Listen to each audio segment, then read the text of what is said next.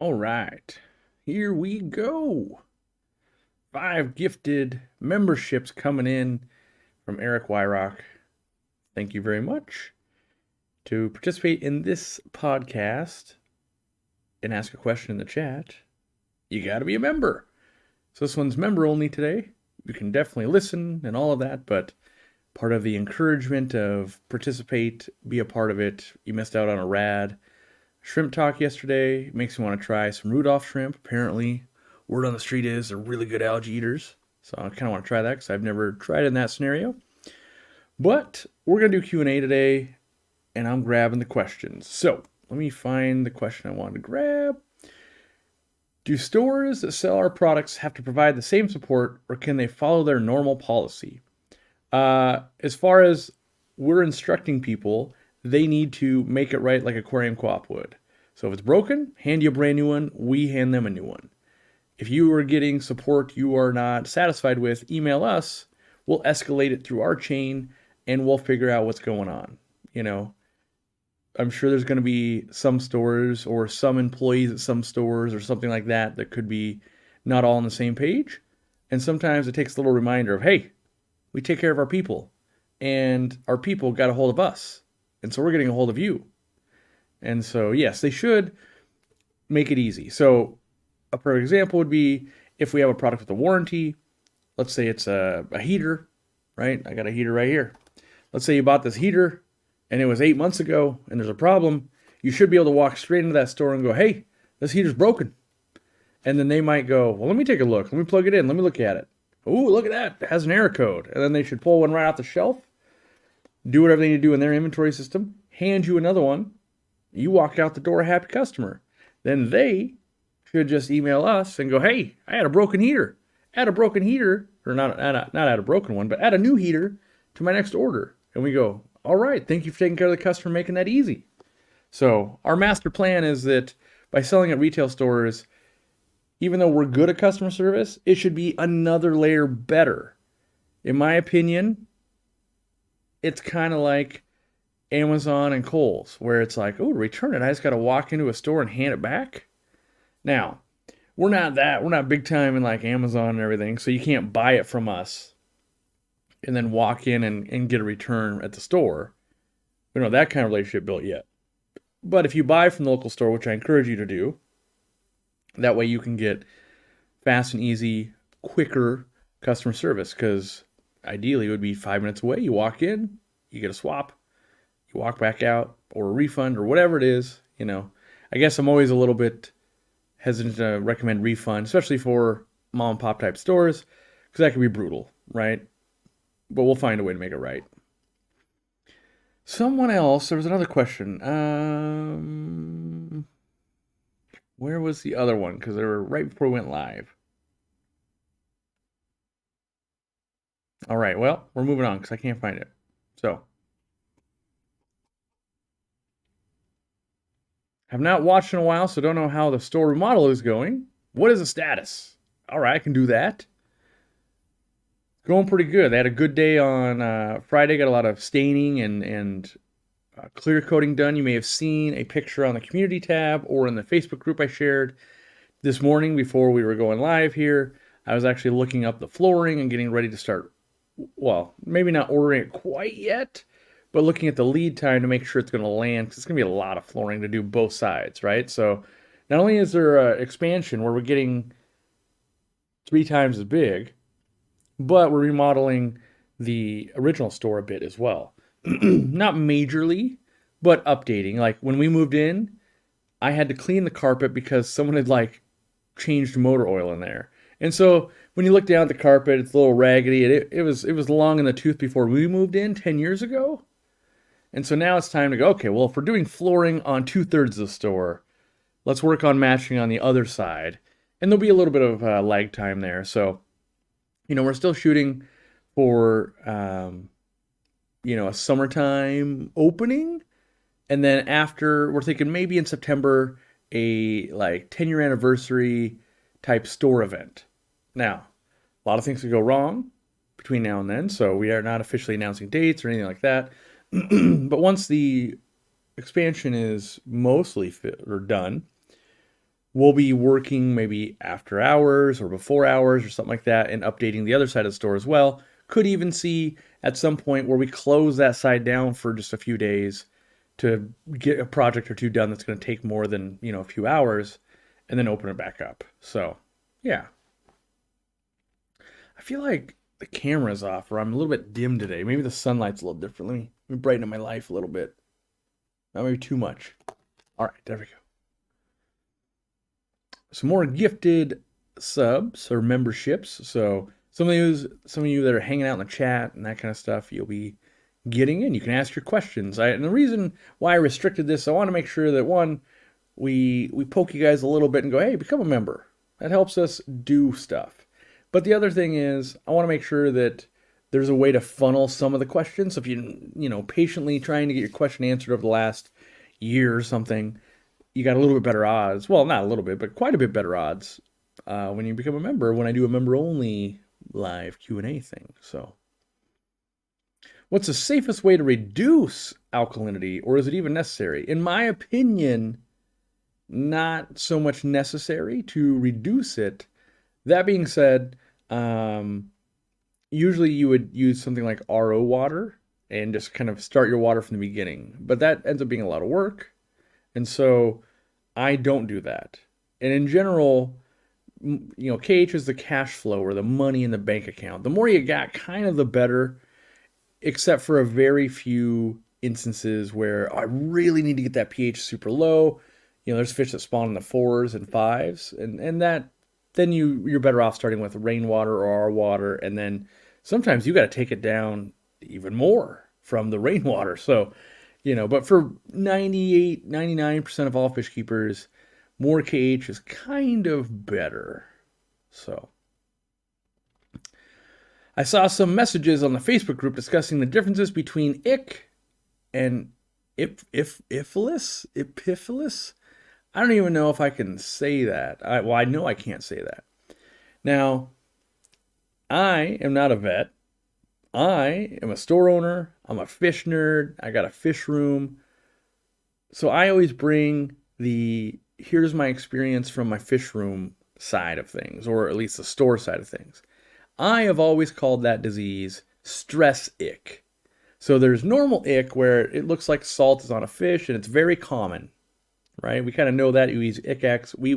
Most hobbyists have experienced that and beaten that pretty easily.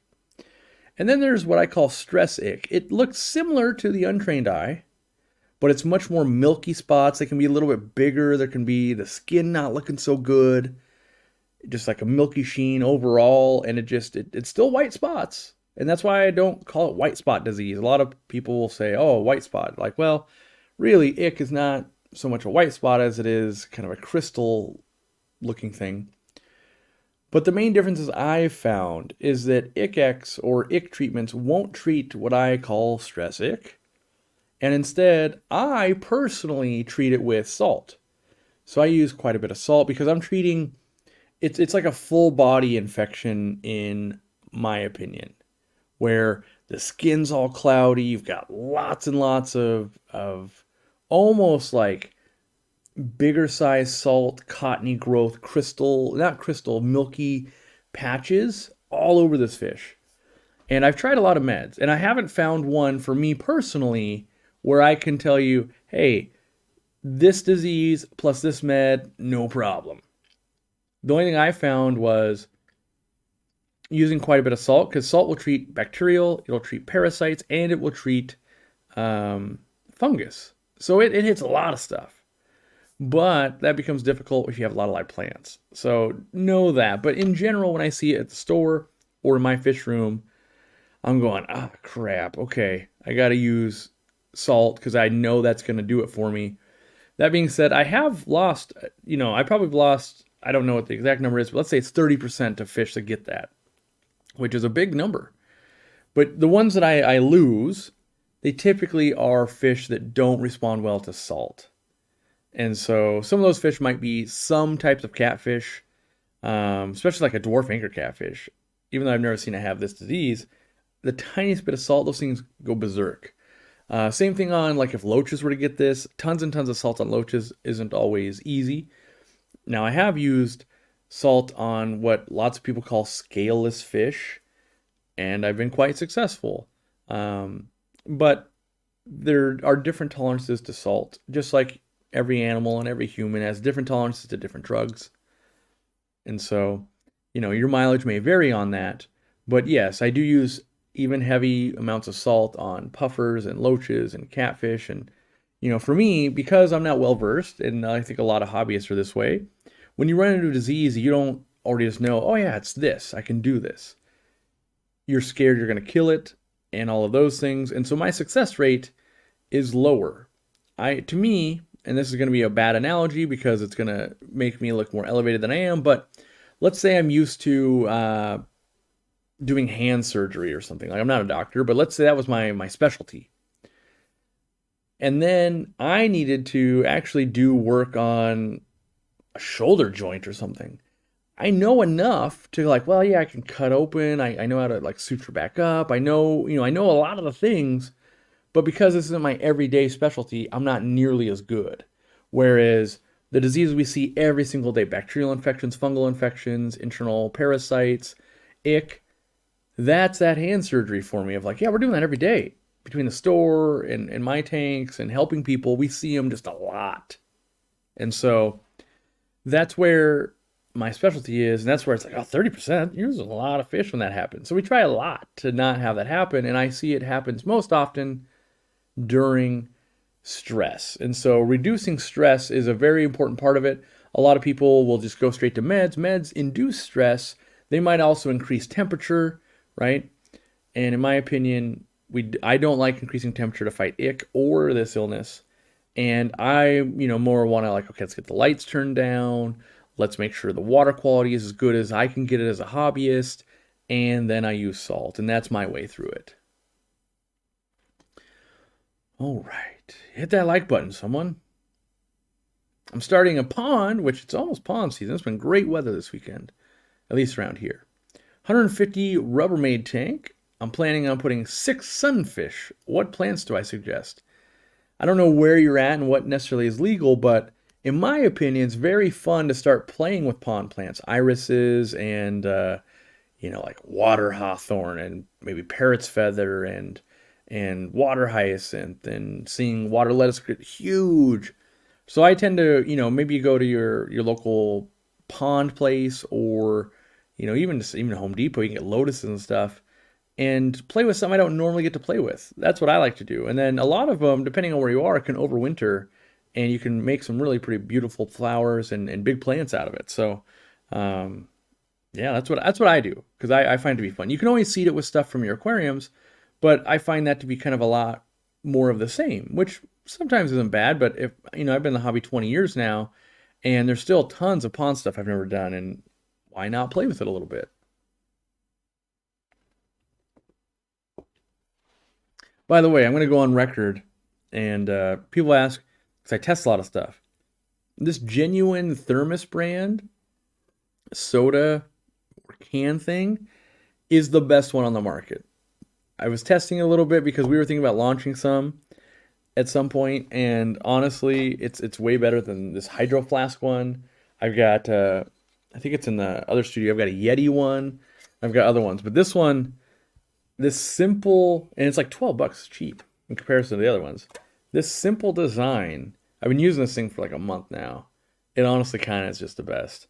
The rubber ring, it makes it so it'll like go down itself and it holds it, where like this one, I pull this back out, like it can fall out, and you're supposed to use this ring that I put on the bottom because you're supposed to, like, you can't just have this ring on there and then this won't go through it. You're supposed to do this move, which ain't nobody got time for this.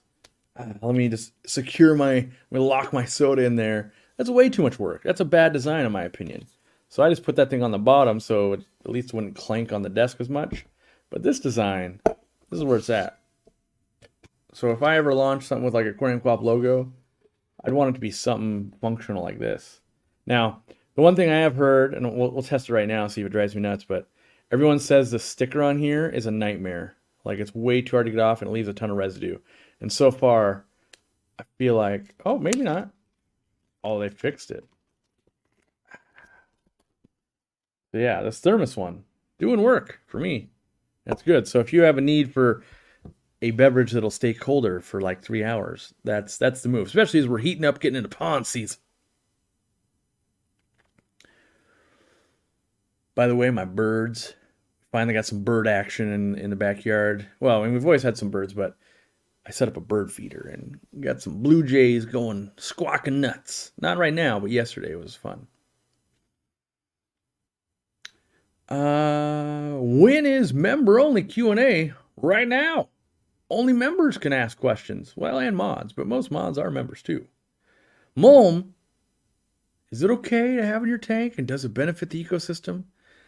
I would say definitely I like mulm in all of my tanks. It's beneficial to plants, beneficial to fry, beneficial to overall your ecosystem.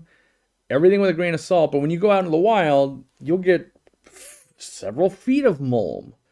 And in that scenario, yeah, you'll get some gas and stuff coming out of the substrate, but you know, I don't want to see like a layer of mulm necessarily on like the top of my gravel or my sand. In fact, I hate sand for that reason.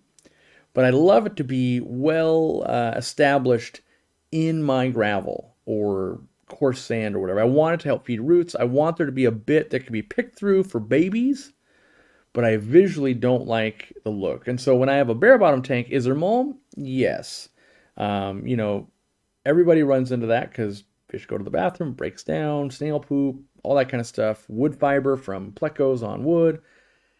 I like it to be hidden in my gravel, but I like it to stay there to be a constant food source for so many things in our ecosystem. So I view it as very beneficial. And the good news is about this hobby, you can do it any way you want. If I had Greg Sage sitting here, he'd be going, "You fool, I do everything I can to get all the mulm out of my system that I can." And I go, "Awesome. That is how you do it, and you have plenty of success. This is how I do it, and I have plenty of success."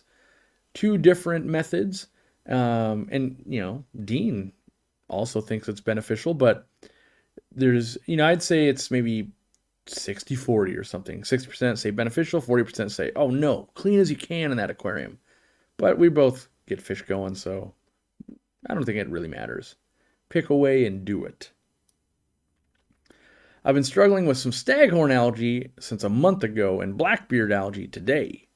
Any pointers? I water change, I reduced lights and nutrients, and I added floating plants, and I tried H2O2, which is hydrogen peroxide. Well, the first thing I'd tell you is you've done a lot in a month. My tip would be like, whoa, slow down. The easiest way to screw up your ecosystem is just like doing all those things. So, like, what I would start is you changed nutrients, lights, and plants. So let's say we started out and you were a little bit off. Like, ooh, my algae's growing because, oh, I'm dosing iron. And I don't have enough iron uptake in my aquarium. And I got some hair algae or staghorn algae. The answer might have been just dose a little bit less. But now when you change lights, so imagine you had 10 units of light and 11 units of iron, right? And now we've reduced the light and we go, okay, let's do 5 units of light. And then you go, well, we're going to reduce nutrients also, right? And we go, let's do, 40%, or maybe not 50, because I did 50 over here. So let's do 60% less nutrients. So now you have 4 nutrients and 5 light. Well, that also leads to algae, right? And so really what we're trying to do is get 10 and 10, 5 and 5, 8 and 8, whatever it is, line it up. And when you move all of the things, it's really, really difficult to find out, well, which one of the things was wrong. So my suggestion would be, even though it's been a month and now we really don't know where to go with it, go back to, like, this is the light I used to run and this is the nutrients I used to run, and then go, okay, I'm trying to so my brain is working through it. I'm like, and you add a floating plant. So if you reduce the light and add floating plants, you might be down at like, oh, you've got 3 parts of light to the bottom and lots of nutrients. Maybe. So you need to find a new balance, because with the floating plants, it's changed a lot of nutrient uptake and light uptake. I would say get a baseline of like a month, pick a new baseline, get a month of data, then start making tweaks. Now, I have to do this all the time. Maybe like right now, I've got lots of hair algae in the 800 gallon. Well, what did you change, Corey? Well, we changed that layout, we changed the fish, and we put the Aquariumcoop lights on it, and I got a skylight, and we just came out of winter, and it's beaming down on it. So I'm tweaking just the light so far. That's all I'm working with is light at this point. At the warehouse, we've been rebuilding some of the systems, making them more energy efficient, which is going to be good.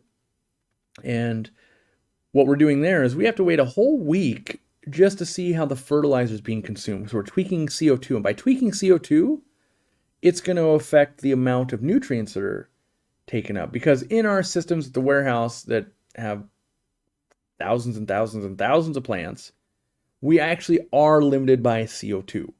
So we inject CO2. And we were still being limited by CO2 with the injections, so we turned it up. Well, as we turn up CO2, it can utilize more of the nutrients. And so before we make any adjustments to nutrients, we want to make sure that we're done messing with CO2. And we want to see, what does it look like each week? Are we going up or are we going down? And we are using an auto doser. And so the biggest thing is you want to get down to one thing you're messing with. Pick it, whether it's light, whether it's nutrients, whether it's the amount of plants, whether it's the food, the amount of food you feed your fish. But pick one thing in your aquarium and mess with that to find balance. Now, you also need to take care of algae. If you do nothing over a very long period of time, maybe a couple of years, that algae will go away. You'll get, a little bit of fish picking at it, a little bit of snail action. But what I find is helpful to most people is get something that you know will eat it, like a flagfish, right? Or maybe some rosy barbs. Something that's going to make it, work in your system. Maybe it's some of those not new, but the Rudolph shrimp. Maybe they'll do it. I don't know. Fiddler crabs. There's a few things, right? Siamese algae eaters. So they'll start working on the algae that is amassed. But your job as the human, the ecosystem keeper, is to go, okay, but I need to focus on how did we get here and what are the ways I'm going to get out. I know I run into this problem fairly often. I'm now in year 2, I think, or 3. I don't even know. Time flies. In the fish room. And this skylight thing, I'm still working on it. Like, okay, it's getting tons of sun. It didn't get that for the past 3 months. And I got to find the balance of algae that grows on the glass versus some string algae and stuff. The plants are growing like gangbusters, so that looks really good. So what I did is I actually added 6 Florida flagfish. And that's going to, there's still tons of algae. I'm removing by hand. But over time, they're going to work at all the spots I can't get to. And there are spots in there that I have to get into the aquarium to pull that algae out. And I don't want to do that. So I'm recruiting little helpers, cleaning crew. Is it better to let algae, the hair algae, marinate on Java moss or jungle val, or immediately start chopping away at everything? My opinion, let it marinate. And the reason being, let's say you grow algae and you get in there and you just cut it out and you change nothing else. Guess what's going to happen in a month? You're going to grow a bunch more algae. So it doesn't really help. So I recommend, you see the algae, you're going, oh no, that's not what I want, maybe, right? Okay, like I just explained, pick something and start changing it and get something that can help you start eating at it a little bit. But you're much better off finding out how you got to the problem than just trying to solve the problem, because you'll walk straight back into that problem, right? If you drive down the street with your eyes closed and you crash, should I just buy a new car? You could, but if you do it again, you drive down the street with your eyes closed and you crash, should I buy a new car? You can. You drive down the street and you crash. Eventually, you got to ask yourself, maybe I should learn to drive with my eyes open. I might not crash, right? And that's what's happening in aquariums. They're basically crashing because we're not in balance. Now, if you don't like that, maybe you love driving a beat up car. It's fine. Then you don't worry when someone dings your car. I get it. A little bit of algae doesn't hurt. In fact, algae is very beneficial for the health of your animals. But we might not like to look at it that way. And so you're much better off learning in an aquarium than achieving perfect. If you learn something about your aquarium every week, eventually someone else is going to say, your aquarium looks perfect. And you're going to go, no, it's not perfect. I can see this fault, and this fault. As humans, we see the faults in what we've done wrong. When other people look in, they look in and go, wow, that looks cool. I wish I could have that. I like that. I like that. Ooh, look at that. And so they'll see past the flaws, but since you're with it every day, you're going to see the flaws. So work on your aquarium and learn from it. That's the best thing that can happen. Then you'll run into less algae problems the rest of your career, rest of your life. How tall does scarlet temple grow? 1,000 feet, as tall as you'll let it. It'll grow to the top of your aquarium, then it'll grow out of your aquarium.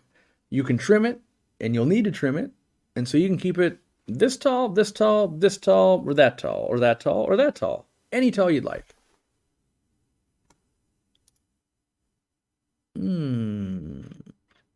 Flagfish are such excellent algae eaters, but beware of the males. They can be jerks. Any fish can be a jerk. I literally have had guppies beat on angelfish. But yes, there are temperaments with all fish. But as someone who's caught them in the wild, kept them in 800-gallon aquariums, kept them in 40s, 50s, 125s, 300 gallons, 10 gallons, had 500 of them in a tank versus 3 in a tank versus breeding them. The setup matters a lot. What is the mix of fish? How dense are the plants? How big is the aquarium? What type of food are you feeding? Are you starving them so they eat the algae? All of those things will play a part into, are my fish being jerks? And so I would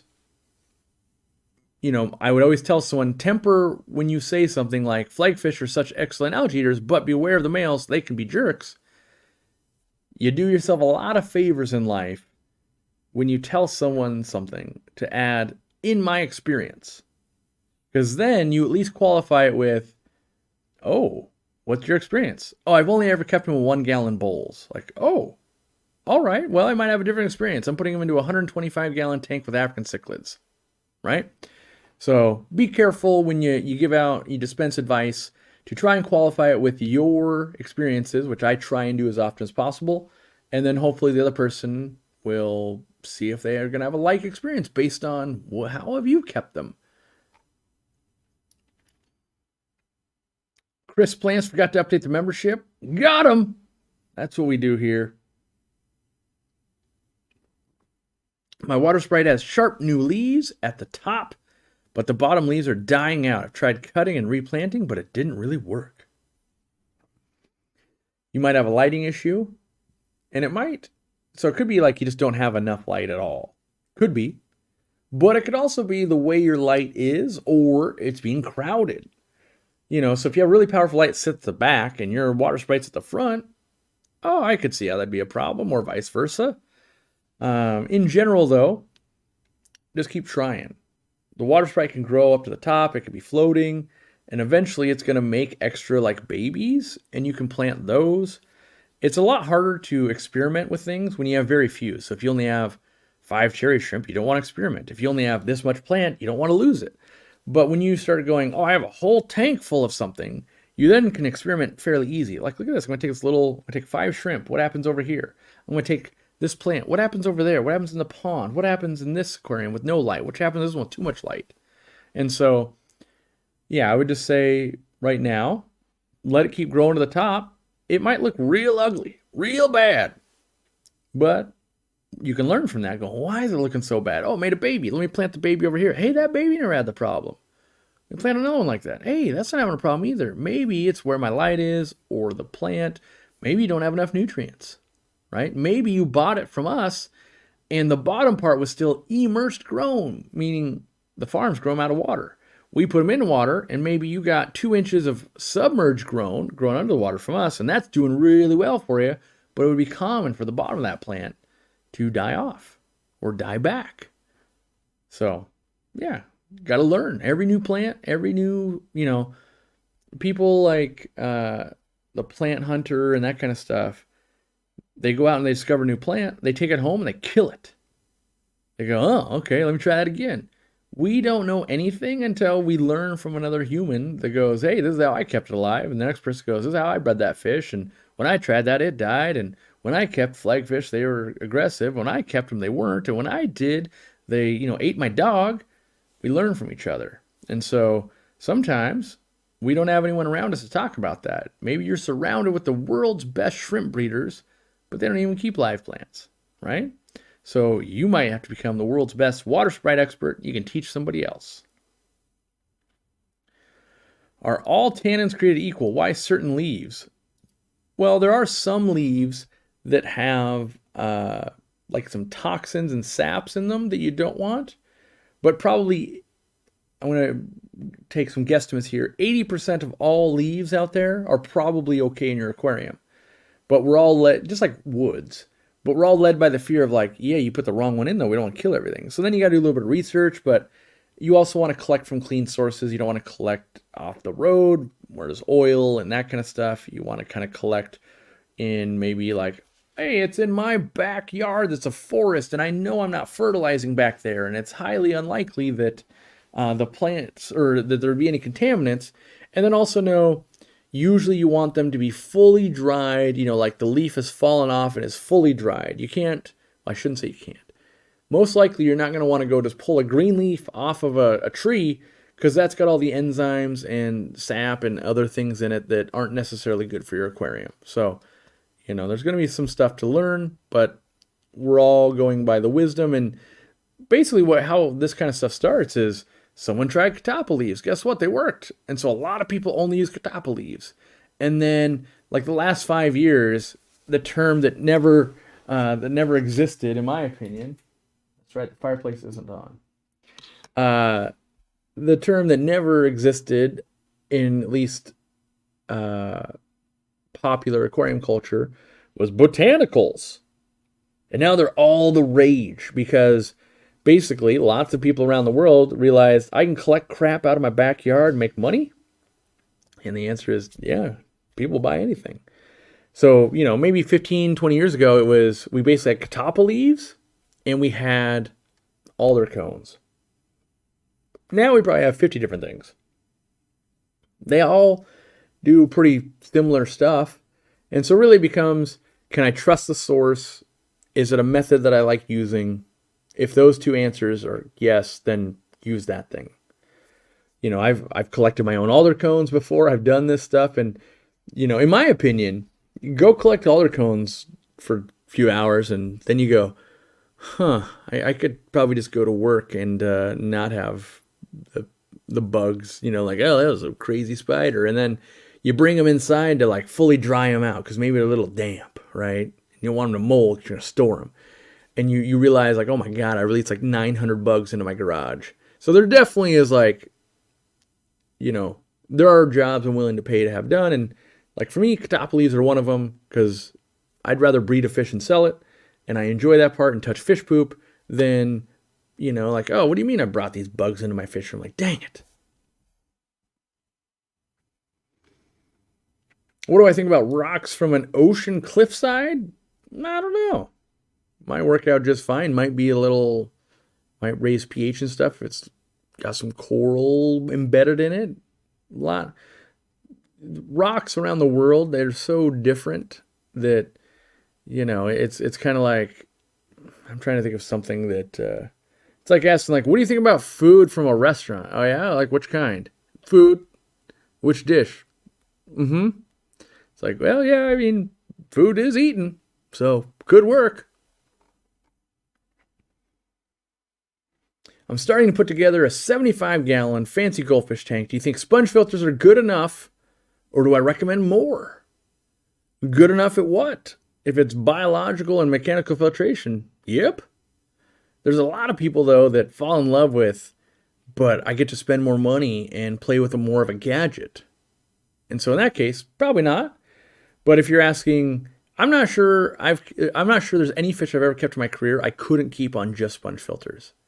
Let me really think about that. But I don't like they can handle insane loads. Yeah, I think I could keep everything alive with enough sponge filters and that kind of stuff. So mostly comes down to, do you want to service sponge filters? Do you want to service canister filters? Do you want to service hang-on back filters? I'll be honest. I am led by fear just like everybody else. Why does Elmer? Why does your turtle? Why does he have a canister filter, not have sponge filters? Well, because I don't want to kill a $3,000 turtle on the internet in front of everybody, and then everybody go, you should use a canister filter, dummy. And so I'm using one out of fear. I know it won't be problematic, but I didn't know anything about the species, and so I wanted some flow for him to swim against. Turns out he doesn't care about it at all. And I hate servicing that thing. I hate it. Sponge filters, easy peasy, love it, get it done, easy. But yeah, so maybe you've got a look you want, maybe you've got a sound you want, maybe you have one sitting in the corner and it's free. But if the answer is, can you do a 75 gallon with just sponge filters? Easily, yes. I've watched many of your videos. Now I'm supporting member. Well, welcome, Space Weasel. I've got a 130 gallon Cardinal Tetra and Zebra Danio tank. Should I have a bigger school of one or the other to keep the peace? I mean, I think if you have a million Cardinal Tetras, it's not necessarily going to back down the Danios. Zebra Danios are pretty rambunctious. I find that if you don't have enough of them, they can pick on each other quite a bit. So, and they're cheap, so maybe I would lean in that way. But I do think you've got a little bit of a little bit of water and oil mixture there, in that cardinals are happier, a little warmer, and zebra danios are happier, a little cooler, right? So you could probably play with that a little bit to see, if you had some infighting and stuff going on, you could play with those temps and see, maybe a little bit warmer. Maybe those zebra danios are kind of, going aggro. Maybe you cool it down a little bit. Maybe they're a little more chill, right? Because fish in general, in my experience, are a little more testy when they're trying to breed. So get them out of those breeding temperatures or slow down that metabolism, and yeah. I've got a goldfish that identifies as a catfish. Swim bladder is shot to pieces. Yep. The belly slider is another term called for those fish. They can live long lives, but they just don't really operate the same. Yeah. Let's see here. Candy was talking about Fritz Complete with the dosing pump. Do know that I'm still stress testing my pump heads, and I still can't break the old ones. Here's what's odd. In like the 15 years I've been using Easy Green, I've never once broken a pump head. I'm not even sure we've broken one at the store.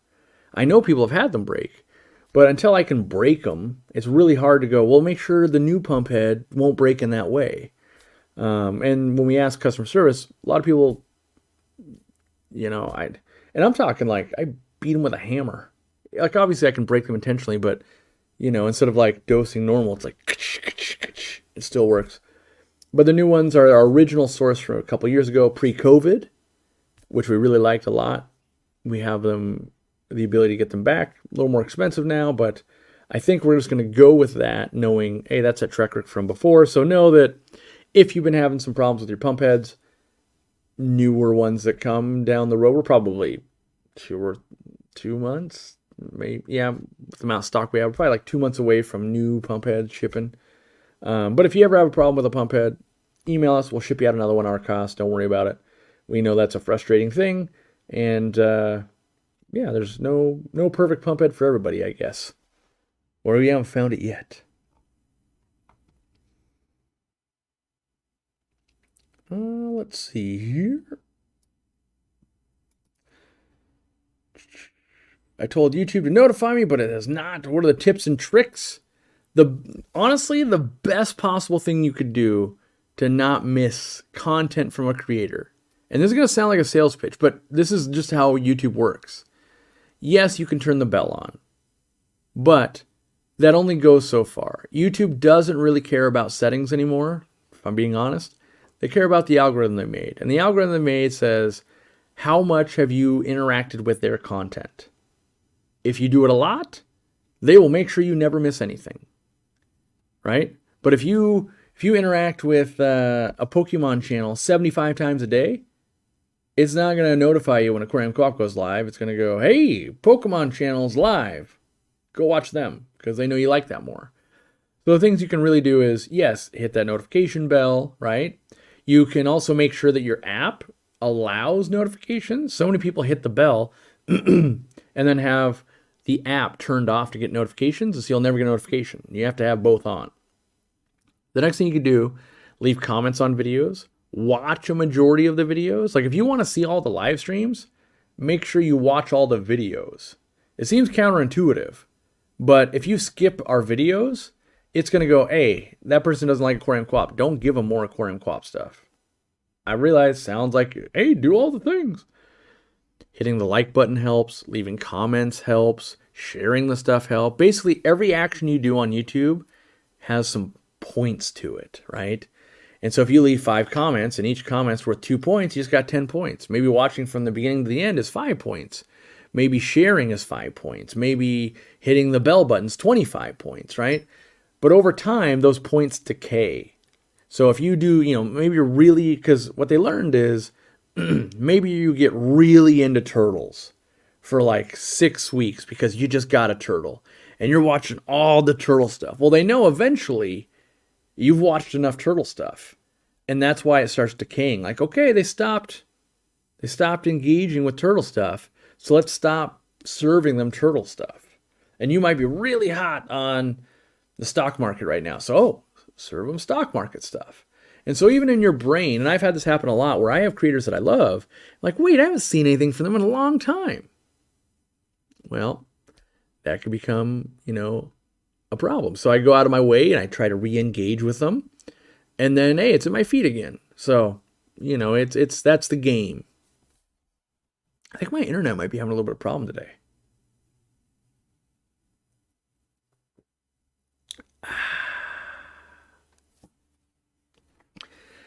Toski says, yep, I unsubscribed from a channel recently and I feel like I see more of their videos pop up in my feed. You probably do.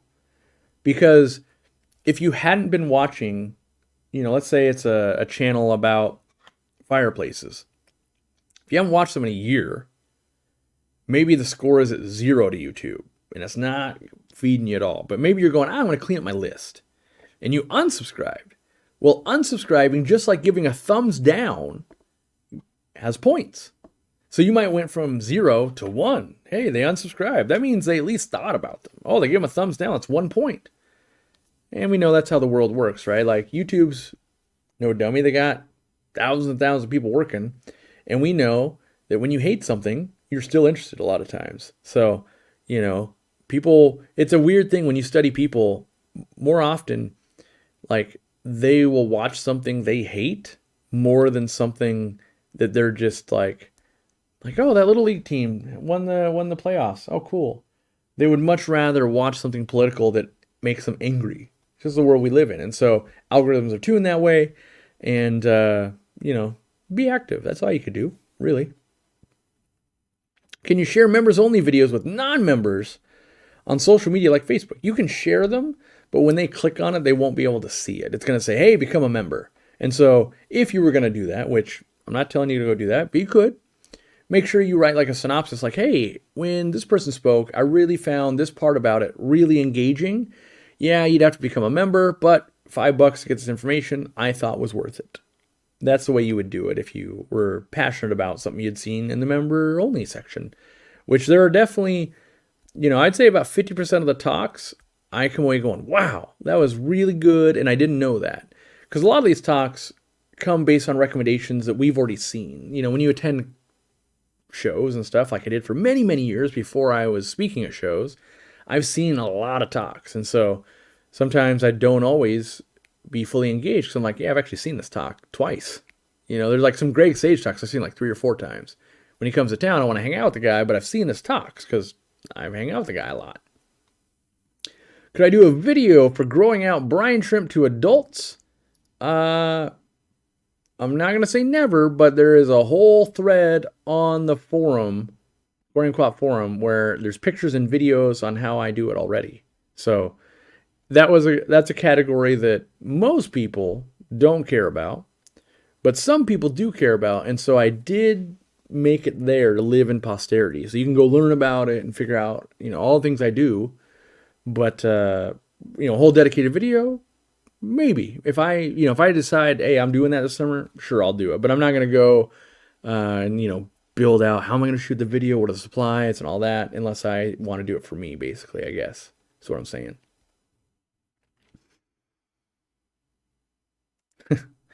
Dr. Earnhardt used to say, love me or hate me, you still know my name. Yeah, I mean, there's kind of that all publicity, it's good publicity or whatever. I don't really subscribe to that methodology, or I believe that is true. I just, I try to do as many positive things and the least amount of negative things I can in my life. Which doesn't mean it's still more than 0. Like, there's the days you gotta, reprimand an employee or, fish dies. There's still bad days. But try to limit that. Do you think it would be worth hatching brine shrimp for a 250-liter tank with 2 angels, cherry barbs, and cories? Yeah, I do. In fact, I was thinking about it yesterday. I almost set up a brine shrimp hatchery to get going again. And I have way less aquariums than I used to. I used to have all the ponds and all that. And I was going, well, yeah, it's the same amount of work. I would just hatch less. So maybe I hatch a teaspoon instead of a tablespoon like I was. And the fish go nuts for them. And they're good for them. And it's fun to watch, too.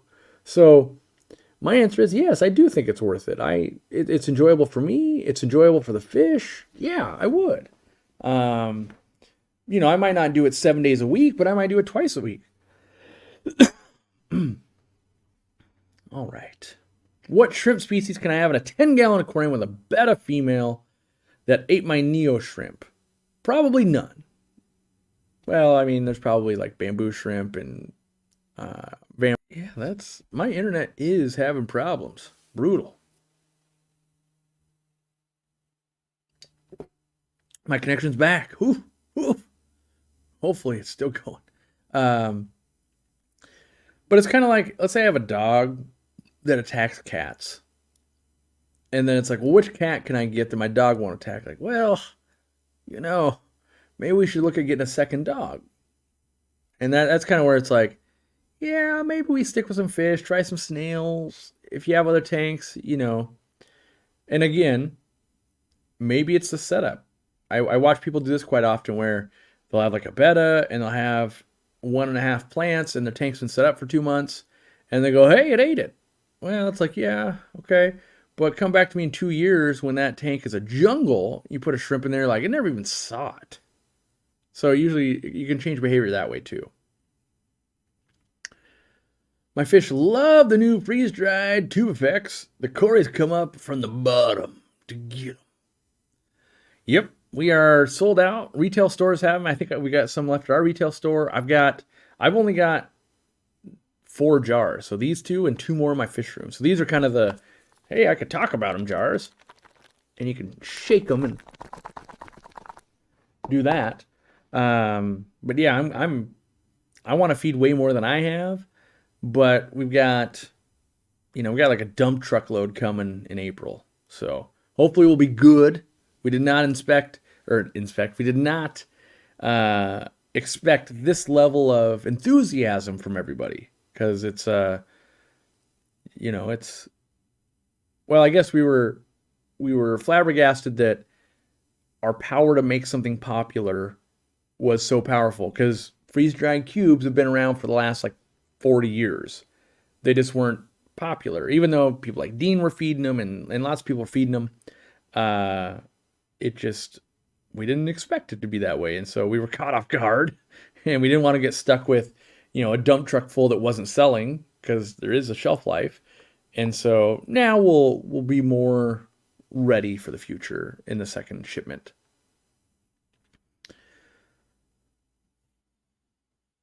Instead of getting a dog, why not teach the first dog to leave the cat alone? Sure, maybe. Maybe it's like Dean. Dean's dog. Dean and his wife have been trying to train that dog for like 2 years. It still wants to chase that cat. They're hoping. I mean, it's getting better over time, but we're talking years. And the reason I bring Dean up is Dean and his wife are very committed to this animal. Dean, in general, understands animal behavior pretty well, just from the amount of stuff he's done in his life. And so not everyone has the capability to necessarily take an animal to where it needs to go for the human. And some animals maybe never will. But yes, obviously, one answer is, what if you had 10,000 cherry shrimp and you just tried every day to get that Betta to love cherry shrimp? You can try it, by all means. That's why I like to breed shrimp and other stuff and get an excess, because that allows you to try some things that, I'm not just going to be like, watch. I'm not a person that enjoys live feeding, so I'm not going to be like, watch. I just want to watch these get murdered. But I do like to learn of like, okay, well, what if I get twice as many plants? Can I hide them in the back? Right? And I'm trying some other things, like we're going to try some shrimp with Murphy, in fact, because he's not eating other live foods. And like Ladybird is not eating snails. So I'm going to try a few shrimp in there just because I think it would be cool. I like to look at shrimp, and I like them getting the nooks and crannies when a piece of clam goes into the corner. If a fish can't get to it, it just sits there and rots. Well, a shrimp could eat on that. So, yeah, like to learn. Now, what I do know, when, a puffer is this big, most time I watch them eat that shrimp. But now that my puffers are this big, they're looking at that going, I'm not even sure if I tried to eat that. It's like a crumb. If you picked up a crumb off the ground, you're like, is it worth my time to pick up a crumb off the ground? No. But my little chihuahuas go, yes, it is. That's tasty, right? An ant would go, oh, yeah, that's a meal for a week. And so I think that's what's going on with the puffers, is they're going, it's not even worth my time to eat that thing. I need bigger and better.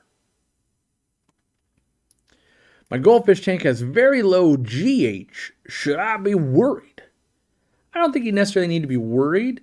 I personally would buffer it up a little bit just because I like to have minerals in the water. And with that goldfish, I probably would do one of two things. Either A, throw in a wonder shell every once in a while, or B, like if I was doing a lot of water changes, I would use some easy brine shrimp salt that's got all the minerals in it. And I would just, maybe I'm going to pick a tank. You got a 75-gallon tank with goldfish like the other person. I would just put in a teaspoon every time I do a big water change. And that would, that basically marine salt, the easy brine shrimp salt, it's like crazy dense minerals. And so a little bit goes a long way. And so you can just take a pinch and go like that. And that salt guy, yeah, I'm going to start, maybe that'll be my new meme. I'll start, dropping salt in some tanks a little bit. But it adds quite a bit of minerals. Now, like in my fish room, I've got lots of calcium.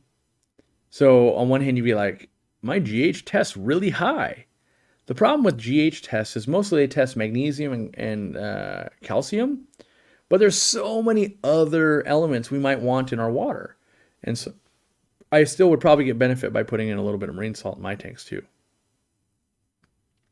Who do I go through for my massive acrylic tanks? I'm in the Seattle area. I go with, what is this? He's a great tank builder and the world's worst marketer. God, what is he going by now? He's got two names. World Class Aquariums, maybe? But I think he might have let that website lapse. World Class Aquariums. And then let me see if I can look at my email and try to figure out who he's going by. And he does ship tanks all throughout the country, but his stuff is high-end and expensive. So just know that, because Because I'm getting glass tanks, big glass tank, or not big glass, but glass tanks I'm getting from custom aquariums lately. I just ordered another 125. But what is it, like 1,500 gallon? His name is Jason Gregory.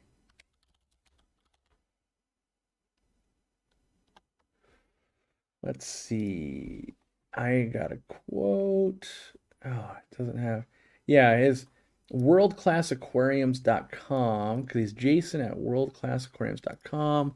Let me see if that even pops up. It doesn't. That website's down. But he runs another, like, what does he call it?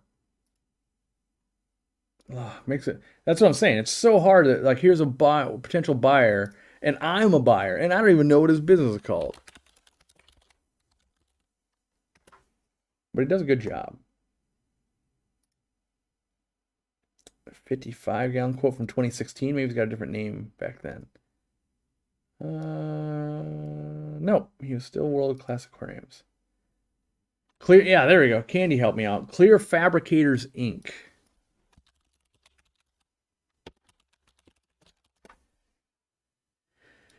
Let's see. Is that the Facebook page? Yep.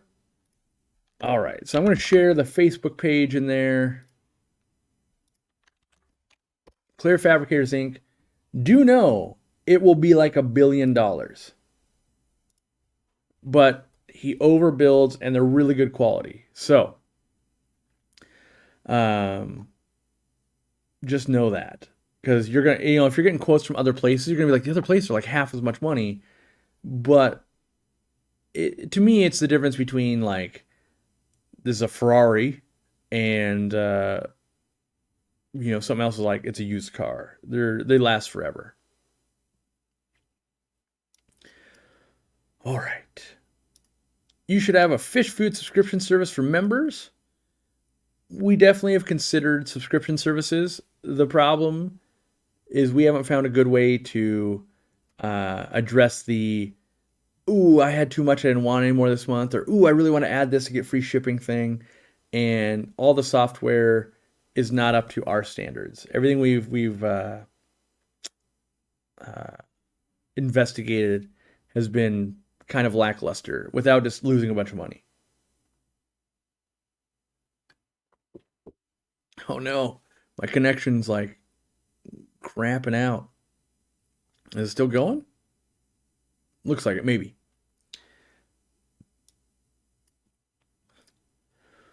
All right. 5-year warranty with a 0 fail record. That might be true. I thought when I started buying tanks from Clear Fabricators Inc., it was 10 years or 20 years. I don't think he's ever had a failure. So, maybe he just says a number because he's never had a failure and he makes his own glue and the tanks are insane. So there's no doubt about that. But there is some sticker shock of like, whoa, yikes. That's and especially during COVID and stuff, acrylic has gotten so expensive. Like everything's seen inflation, but acrylic was already pretty expensive. And know that small tanks are not cheap, right? So sometimes people are like, well, what about a 30-gallon? It's like, oh yeah, $1,200. Like, what? And it's because the dry time, like the acrylic is cheaper, but the physical building of it is still quite intense. And there's still lots of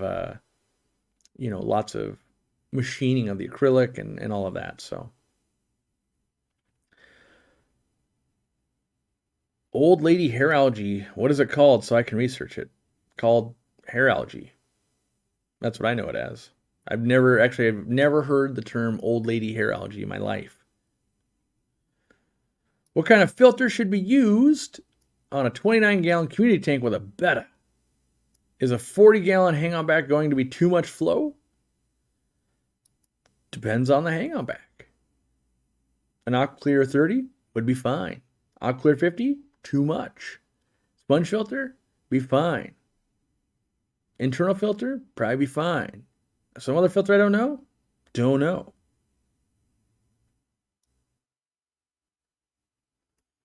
Better to pay the price once than replace your floors? Yep.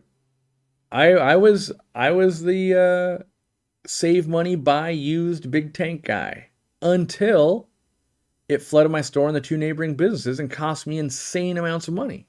From then on, I said, I'm going to pay up front and get a brand new tank that will be amazing, instead of save money up front and 2 years later flood and cause $15,000 in damage for a tank that I could have bought for $8,000 brand new.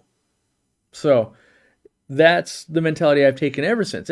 Basically above 125 gallon tanks, I go straight to acrylic because they're stronger. Acrylic tanks done correctly are stronger. Now, Jason's tanks are, it's like military grade at that point. It's like 2 steps higher, right? But even just a normal acrylic tank is stronger than silicone and glass. But because companies like TrueView, we buy I think our tanks for the warehouse and everything are from TrueView. They're cheaper. The build quality is worse. But they use thinner materials, and we buy lots. We buy hundreds at a time. So I think last time we bought 250 tanks for the warehouse. They're cheaper per tank. Build quality is worse. There's more bowing. There's, sharper edges and all that kind of stuff, right? And that's not something I would ever, I don't contact them for anything that would be a show tank I would use. But they do that because the average hobbyist, they go, oh, I'd like to buy a 55-gallon tank. And then they go, oh, wow, that's really expensive. And they don't sell any. Or not, it's not that they don't sell any. It's that they sell so few. So then they got to go, how can we lower the price? Thinner acrylic, what else can we do to lower the prices some? And they get it to where people might buy it. But I want a tank that is going to be bulletproof. And when I buy my large tanks, I know I'm probably going to have this forever, right? And so I want something that's going to last a really long time and not go, well, something happened and I cracked it. And most times with the tanks, it's the tops that crack. You put heat on them, you put your elbow on them, that kind of stuff. And so a much thicker top is what keeps tanks from bowing and everything, but it costs more money. Yeah, I wanted to build a subwoofer enclosure out of an acrylic, and just the 4 foot by 8 foot by 2 sheet was more than $1,000 shipped. Yeah. And when you start going, oh, I want to make a big tank, you're like, it's thousands and thousands of dollars just for the acrylic, even if you don't put a single cut or glue it or any work to it. Just getting it to show up. Brutal. Is 1/4 of a tablespoon of salt okay for plants? My fish have fungus or bacteria infection, and I have no quarantine. A 1/4 tablespoon of salt, is it per gallon? Let me think. Probably. Yeah, if it's per gallon, probably. Some plants might melt a little bit, but I feel like you're kind of you're stuck between a rock and a hard place. You don't have another tank, and you could do a little bit of damage to your plants, but if you don't treat your fish, they're not going to do okay.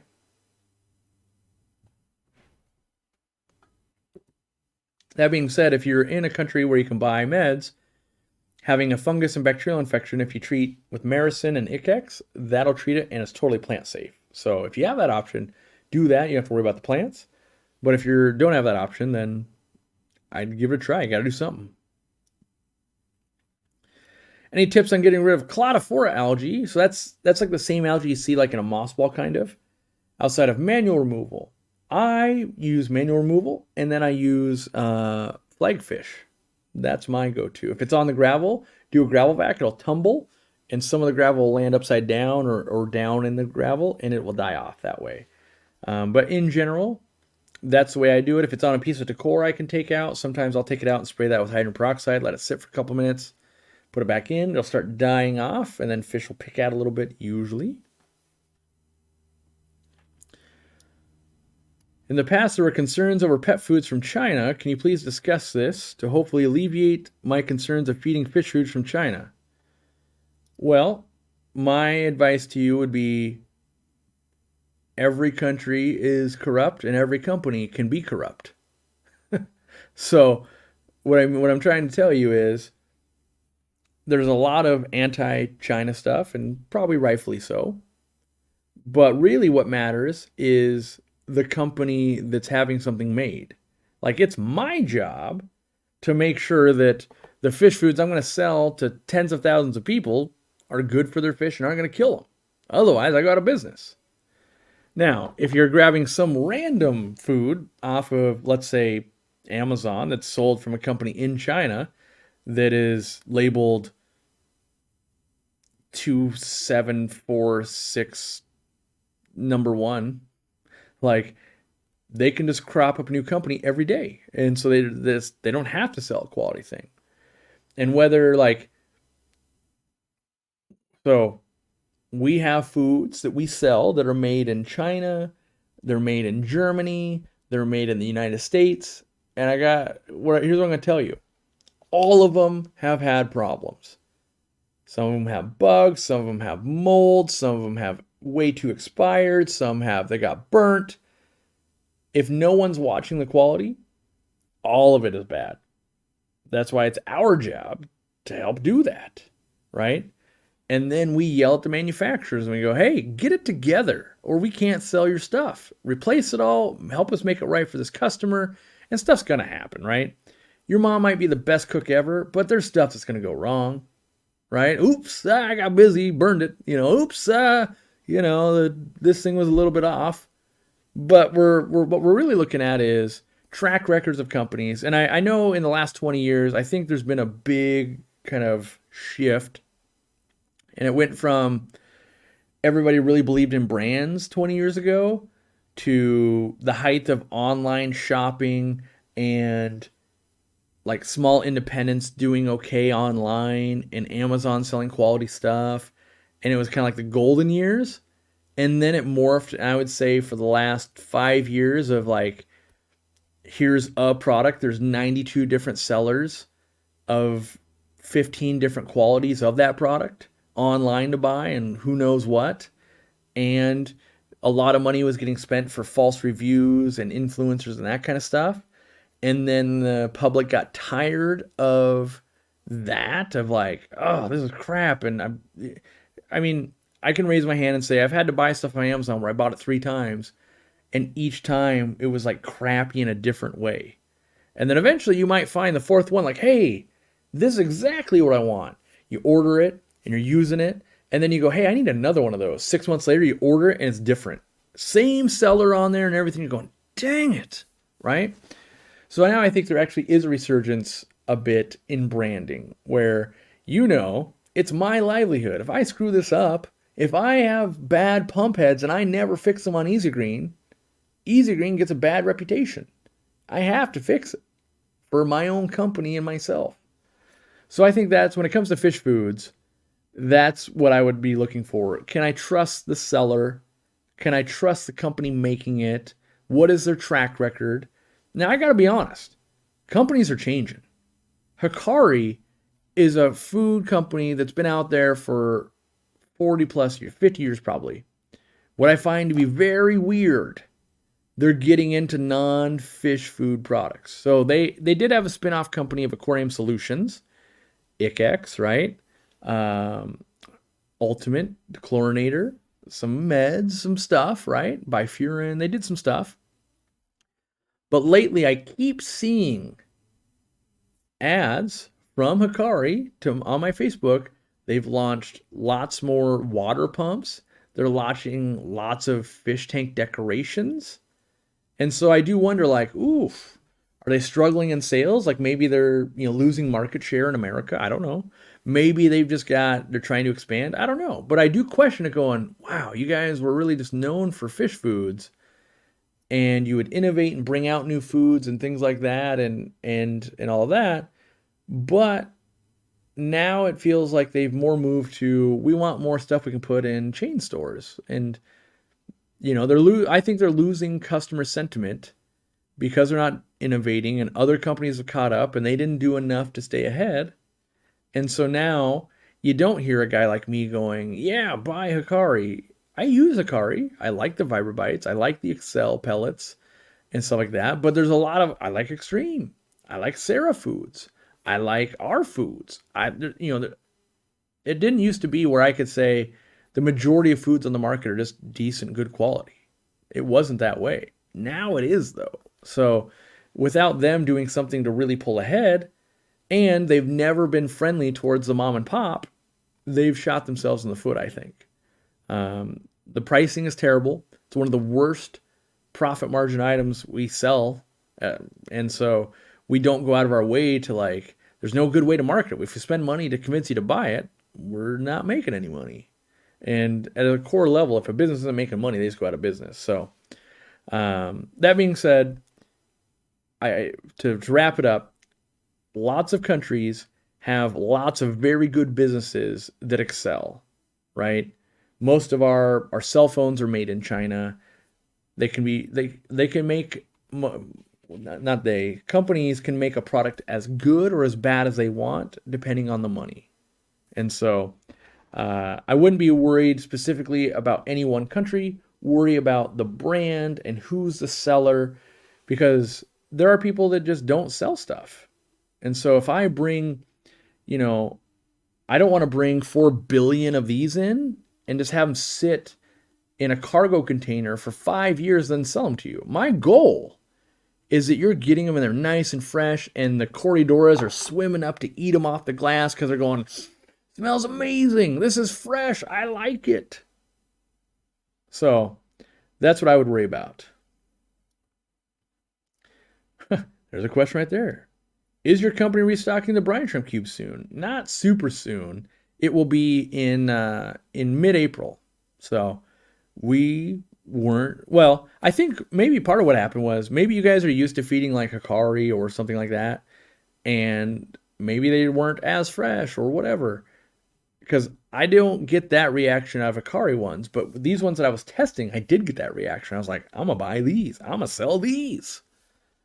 And, when we did these, a whole, a fish food manufacturer, they basically send you a giant box of foods. And I got to go through and try each one. And that no one likes that one. That one ain't good. And this one's not good. And so out of like 30 foods, like, hey, there's 2 that warrant more testing. Send me more of this. I want to do more in-depth testing on this. And then eventually we get to, hey, we launch it like a year later. So, all right.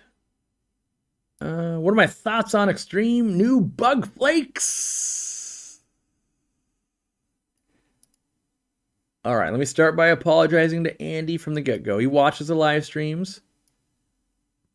Here's my honest opinion, and I've always told my customers, my employees, and my business people, I will say 2 new foods that he has. The beef heart flake and the sowfly flake made by soldier fly larvae. I believe them to be good foods. All right? I tested them a bunch. My fish like it. I think it is good. All right? Now, why don't you sell them, Corey? Well, I'm going to tell you why. I think they're too expensive. So, if you line up and you go, here's krill flake, here's sowfly flake, and here's beef heart flake. The fish love the krill the most. I like the krill the most. And guess what? We already sell the krill. Then I think it's the best one. Extreme krill flake is really, really, really, really good. Sowfly flake and beef heart flake, they're just good. Right? The problem I have is all 3 of them, the same price.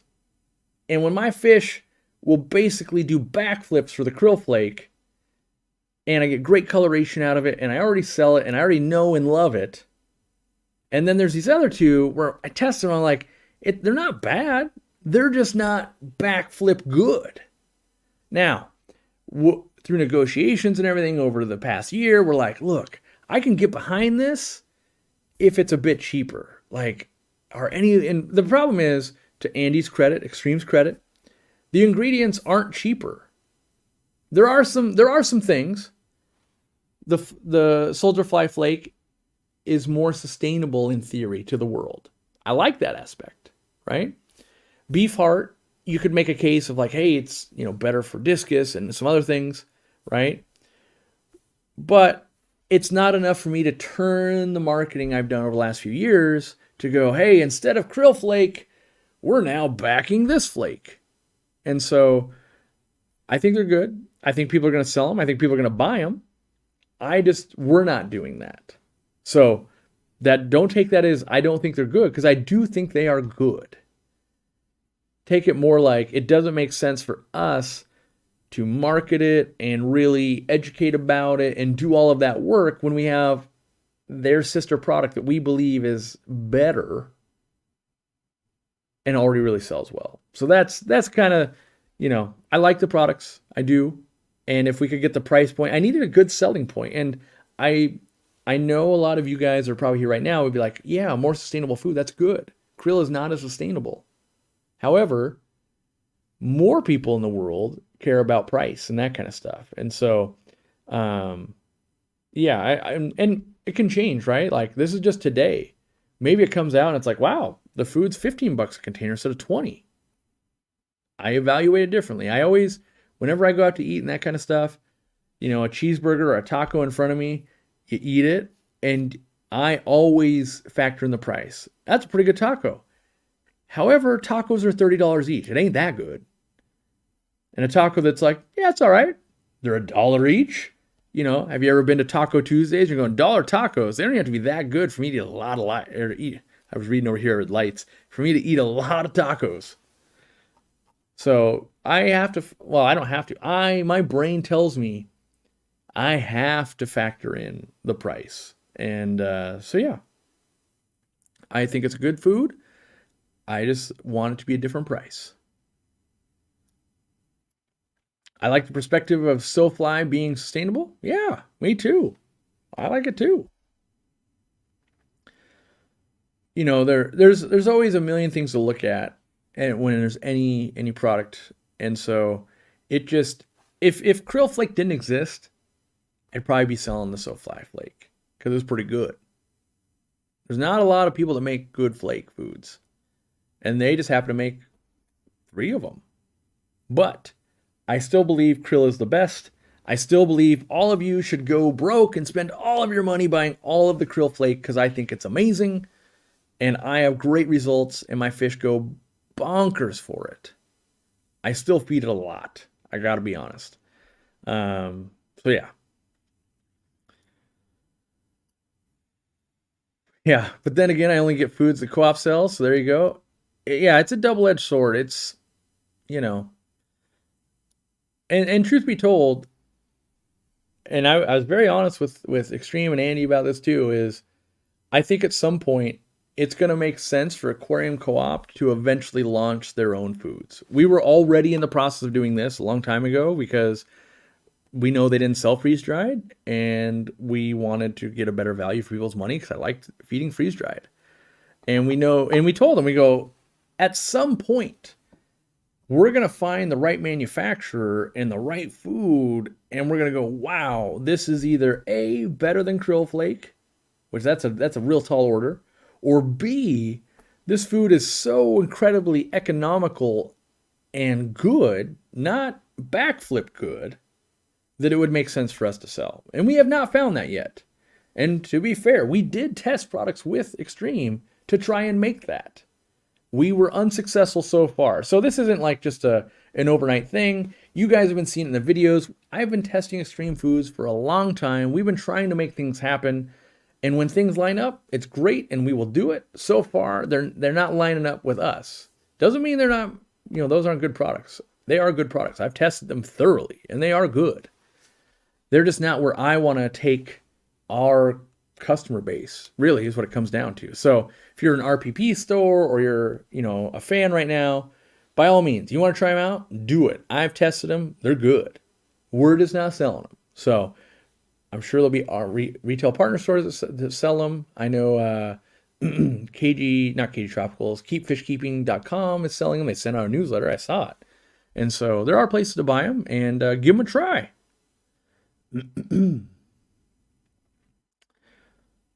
Just got some halfbeaks, and they are cool. Any tips on keeping them aside from common care? lots and lots and lots and lots and lots of floating plants, and then kind of lots of frozen bloodworms and brine shrimp is how I work them. I heard a rumor that the U.S. won't be able to get fish medication anymore starting this summer. Do I think there's any truth to that? No. I hear that rumor. In the last 20 years, I've heard that rumor 6 times a year, every year, forever. I also wonder sometimes, like, is that rumor started to sell medications or whatever? I don't know. I even heard from a fan that they said the retail partner store told them you can't get like Maricin anymore. That retail partner store could literally buy it from us. We get it from Fritz. So there's a lot of rumor mill stuff always going on. And like, remember, rewind like a year or two ago, and we were all losing our mind. Well, not all of us, but a lot of people were losing their minds about, what was it, the Legacy Act or the Lacey Act? That was gonna it's gonna put everything on a white list only. We'll never get fish again, and the whole hobby will go out of business, and we're all gonna just never cease to exist. And then that was like all the rage for like 3.5 minutes for those months, and then it dies down.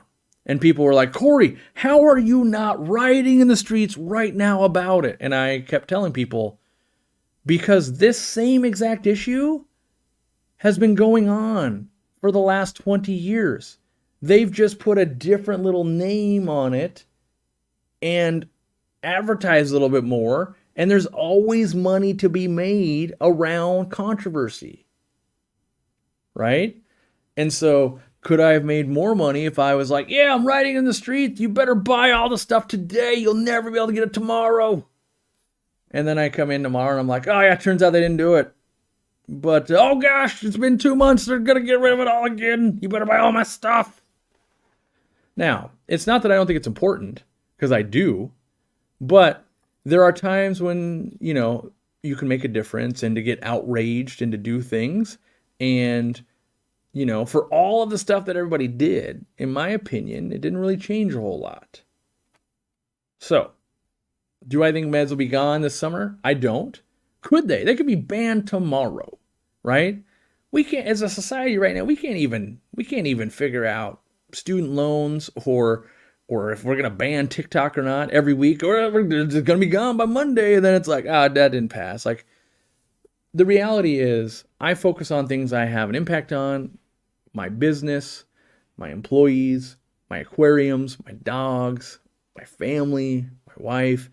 I live in a very small bubble that I just try to go, hey, does that seem like it's a good thing? Yeah, I'm going to try to do that. I'm going to try to do a good thing today.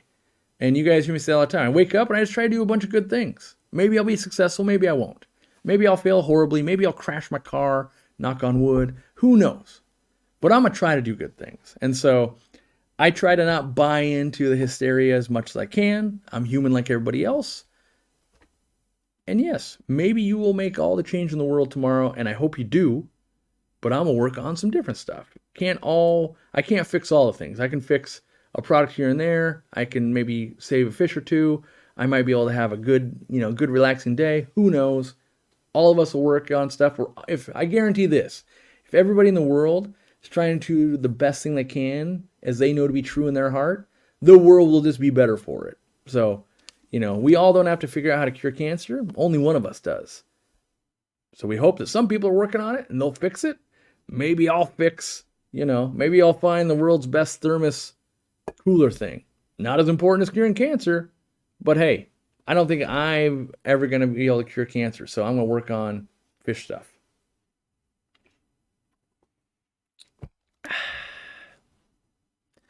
Some high quality H2O. All right. Best time to dose Easy Green? Is it in the morning, the evening, or during or after the photo period? Well, in my opinion, I think if you're doing it correctly, it shouldn't matter. So I try to keep 20 to 40 parts per million from Easy Green in my water at all times. So whether that's at the beginning of the week, before the light comes on, after the light goes out, doesn't really matter, because I'm looking to go, basically I want to have 7 sandwiches in the fridge. And you're asking, is it better to make a sandwich at lunchtime Or is it better to make the sandwich the night before so you don't have to make it in the morning before you go to work? Or is it better to make it after work for the next day or at night? And the reality is, I don't think it's going to matter much to you so long as you've got a sandwich the next day, right? You go to work, oh, I got my sandwich, good. That's relief. I want enough easy green that I'm not worried like, oh no, will I have a sandwich today? I want all my plants to have a sandwich, eat well, and yeah. So I just dose enough that I don't have to worry about it. Now, I'm sure there is someone out there that knows more than I do going, well, technically, it's 3% more potent if you put it in the water 27 minutes before the light's on. That's probably a true thing. But that 3%, I'm going to invest it in something else in my life than optimizing the plants to that degree. Key factors to keeping discus, in my opinion, stability of an aquarium. Some people do that by changing crazy amounts of water. Some people do that by keeping the temperature at 90 degrees so illnesses can't live. Some people do that by automatic water changes. Some people do it by, I only feed homemade beef heart frozen foods. But the key thing I see with lots of different farms I've visited, lots of different hobbyists is, are they keeping good aquariums? As in, they're stable, they're healthy, things are happy, they seem to have a routine that's working. That is the common denominator.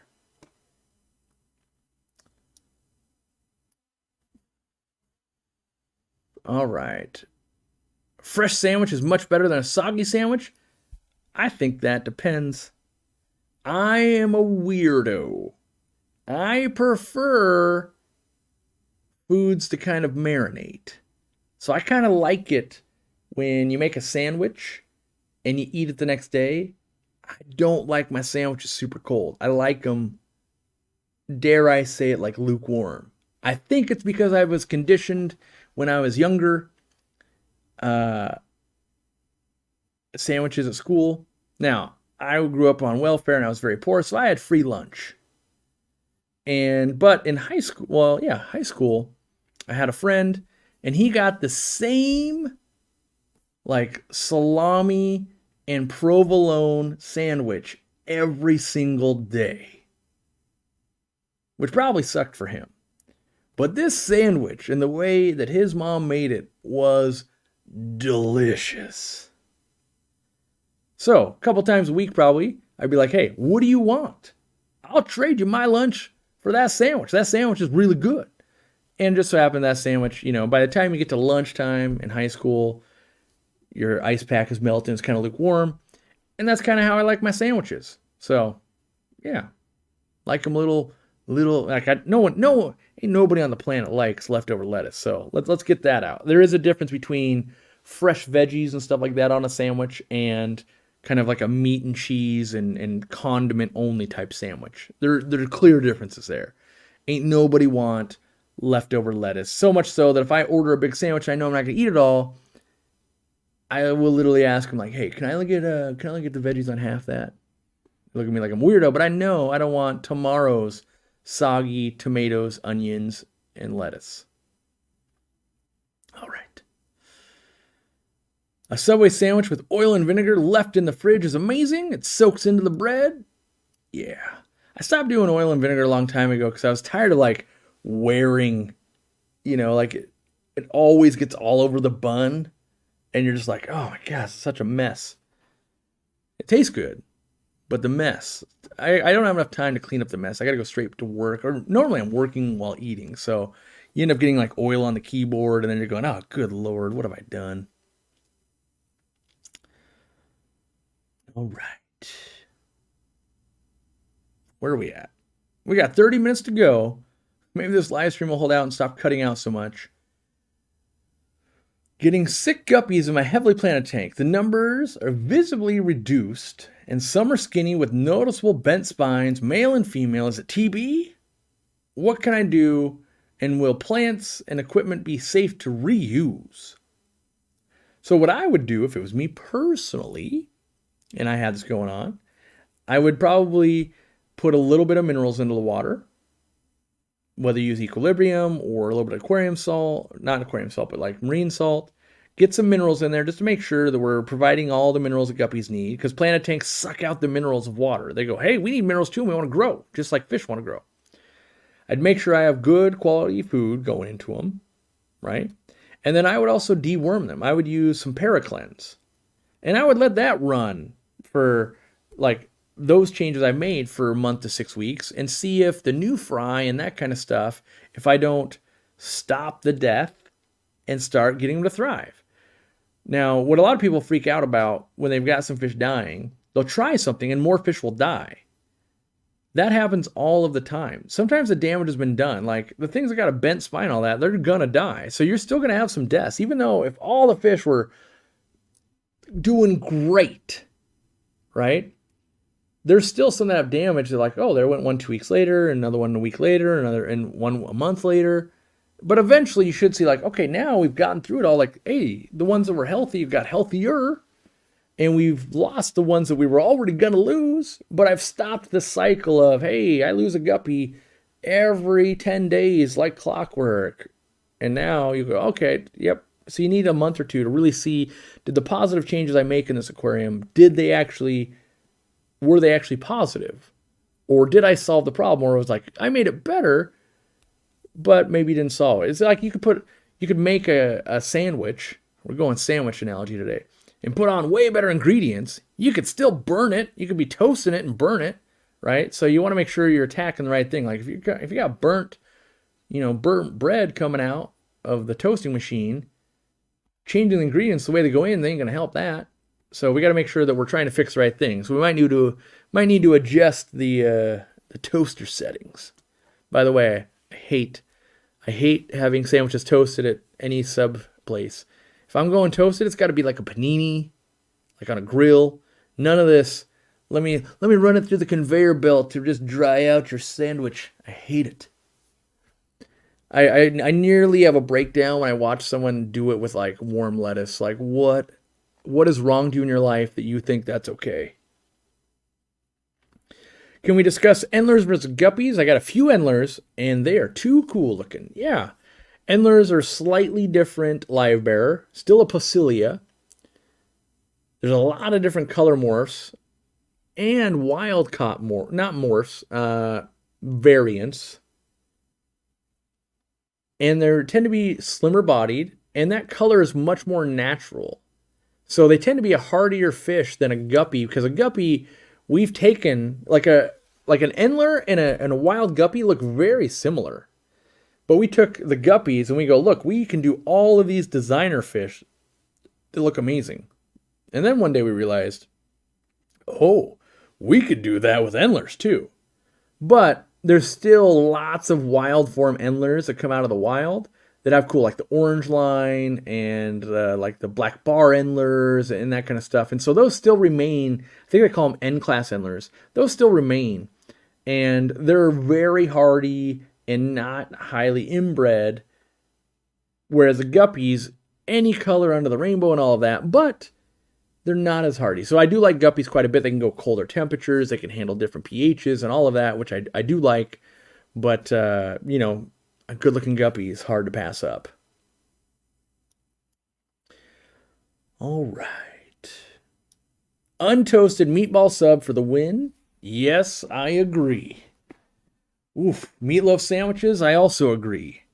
I think, I've never ordered it this way, but someone else that I knew that worked at a Subway one time, they brought, because every day they worked, they got like a free sandwich. And I remember they brought it home and they gave me half. And a marinara like meatloaf sub with barbecue sauce, strangely too good. I only ever had it like once or twice. And I never think to order it, but I don't eat enough meatball sub sandwiches. That is always the truth. I'm a traditional sandwich guy. Even though, I'm craving one right now. I love watching the VOD of the live streams. I'm in Australia, so it's hard to catch them live. Thanks for all you've done to the hobby. Well, that's a good point. I have forgotten to announce. I am moving the live streams. They will, because one, I want to be able to go to farmers markets on Sundays. The weather's getting better. 2, I want to spend more time with grandma. 3, I want to give some other people a chance to get into the live streams, right? So over the years, we move them around at different times. And so the live stream is moving to Wednesdays at 4 p.m. Pacific Standard Time. That's 7 p.m. Eastern Time. And we're going to run that for a while. It fits my schedule. I've got some travel coming up. I'm going to Pennsylvania. I'm going to China. I'm going to Europe. And I want to do some farmers markets and some other weekend stuff. And so we're changing that. I think you guys are going to get a little more outside too, probably. Enjoy that nature daily. And worst case, if you're like, I only do my maintenance on Sundays. Well, if you can stand it, you can save the Wednesday live stream till Sunday. So yes, there won't be that many days because today's Sunday. I'll be streaming again on Wednesday. It's not that far away. So you're going to get almost like a double dose. You've been noticing me changing some things. Videos come out on Fridays now. They were coming out Saturdays. As a company, we've gotten large. And we've got more stuff to manage. And so we need to make sure we upload the podcast in a timely manner. That's easier to do on a weekday than a weekend, right? We need somebody to watch comments and things like that when a video comes out. And on a Saturday morning, other people, they got lives they want to live, as I'm told. Like I don't live a life. I just live in the aquarium life. But I'm told other people would like to sometimes see nature daily. So we move those back to Fridays. And yeah, so that'll be Wednesday. And we're also going to drive all of our traffic to the Facebook group. Why, Corey? Why? I hate Facebook. I don't have Facebook. All the, the writing in the streets. I know. Because we are far bigger than what I can do myself. And I'm doing a terrible job at answering comments on YouTube and Instagram and TikTok and the Facebook page and the Facebook ads and the Facebook group and the YouTube comment and the community page and the stories and the Facebook stories and the Instagram stories. And so knowing that we now have all these platforms that like people will go, hey, what about this? When's this coming in stock? How do I fix this? My fish is sick. This is going on. We're driving everybody back. Cracking the whips. Back. Funneling you. Facebook group. Why? Why the Facebook group, Corey? Because that's where my people hang out. When it's 3 o'clock in the afternoon and they're eating lunch or whatever, and they're, working on an Excel spreadsheet or, planning the next topic for a video, they might go, oh, someone's got a question. Let me answer that. We've also got people like Oliver Knott hanging out there and Chris Lukup and Mike, who gave a talk on shrimp yesterday, hanging out there. So we get celebrities in the mix because they use Facebook. And so you have these extra experts in there helping people. We've got more mods there. And all of our employees, that's the one platform that's kind of common. I log in TikTok once a week to upload a short if I make one. And then I close it and never see it again until I upload another one. And Instagram, pretty much the same way. And so we're driving everybody to one place. We mostly all hang out. And here's how I know it works. Because people that are crazy busy in my company will say, hey, I saw that on Facebook. They never say, I saw it on Instagram or I saw it on YouTube. They only ever say, oh, I saw it on Facebook. And my grandma can see it on Facebook. So that's why we're driving there. I get it. I hate it. This is the devil. Never going over there. But if you do, it'll be rad. It's a rad group, and the engagement is super cool. And there's a lot of great moderators that are here in the chat that are also over there. And we're funneling it there so we can serve you better. Now, I realize some of you will be alienated. I will never go over there. But we are much better to serve 90% of all people than right now we're serving like 30% because we're trying to grab as much as we can, and we can't keep up, and should we move people from here to there to watch this, to do that, to do this, to do that? So is the forum dead? No, I go there every day. I'm there every day. But that's yeah, I forgot about it, but that is another avenue that we watch and we engage with. And so there are members that go there, but it'll never be as in the face as Facebook will, because my entire company basically is on Facebook. And so it works out easier. So I still go there every day. I still answer questions. I still get tagged in things, all of that. And also, it's a better notification system on Facebook. When you tag one of us, we're more likely to see it. But please don't tag us all the time, because on a given day, I've got a few hundred tags between the forum, YouTube, Instagram, and Facebook. There's more tags than I can do if I was to do one a minute. So don't be offended if I don't get back to you right away, because it's got to be like, oh, that tag came across and I'm already like in that social media platform. Oh, I'll answer that real quick. So, but yeah, I check on it every day. Well, I check on every one of them every day, but there's 100 things over there, and I throw a dart and I hit 4 of them. And then it's like the chat here. So often you guys see, you never answer my questions. Like, well, we got 886 people, and I can only answer 200 questions in 2 hours. And there was 3,000 questions. Like, yeah, I'm up against the odds here. So, all right. Yeah, can't imagine your notification screen. My notifications are basically turned off for every platform. They're for sure turned off of, like, I haven't had the sound button on my iPhone on in like 10 years, because it drives everybody around me nuts. Like, shut that thing up. And it's like, there's a lot of stuff, because there's, those are just the platforms that we have for the public. There's lots of internal platforms like, oh, we're running our business on this one. We're running that on this. This is going over here for this. And so my attention span, okay, what go? Retail store thing. Okay, HR thing. Okay, social media thing. Okay, email, like we're talking about maybe going to Oktoberfest, which is in Oregon, which will be last day of September, first day of October. There's a lot of things always in the works of like, okay, I got to bounce, pivot, weave, talk with this team, talk with that team. And, that's what I am lucky that I've got a lot of different teams.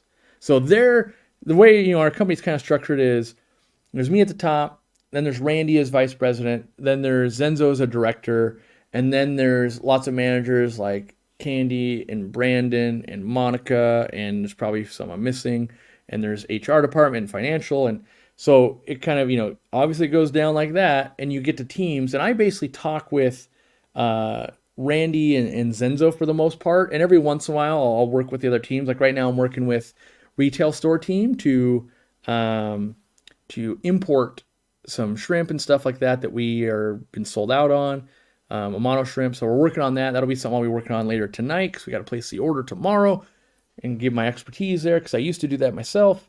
And then there's, working with Joel, working on the retail store expansion, and Randy's flying in this week, so it'll be a madhouse week and all of that. So, but usually things will escalate through the ranks to get to people and eventually get to me. And so, yeah, you can tag me, and every once in a while, yeah, I'm gonna engage with you. But I really hope you don't take offense if I don't. It's usually not a knowing thing. It's like, I don't even know. Like right now, I know like, oh, friend requests, it's like unlimited amounts. So it's hard to parse through everything. So, all right. What do I think about breeding corydoras as a breeding for profit project? I'm worried they may produce more fry than my local fish store can handle, but I'm not sure. Well, I would focus on ones that have high sales rates. So stir-by cories, pandas, pygmy cories, habrosis, any of those.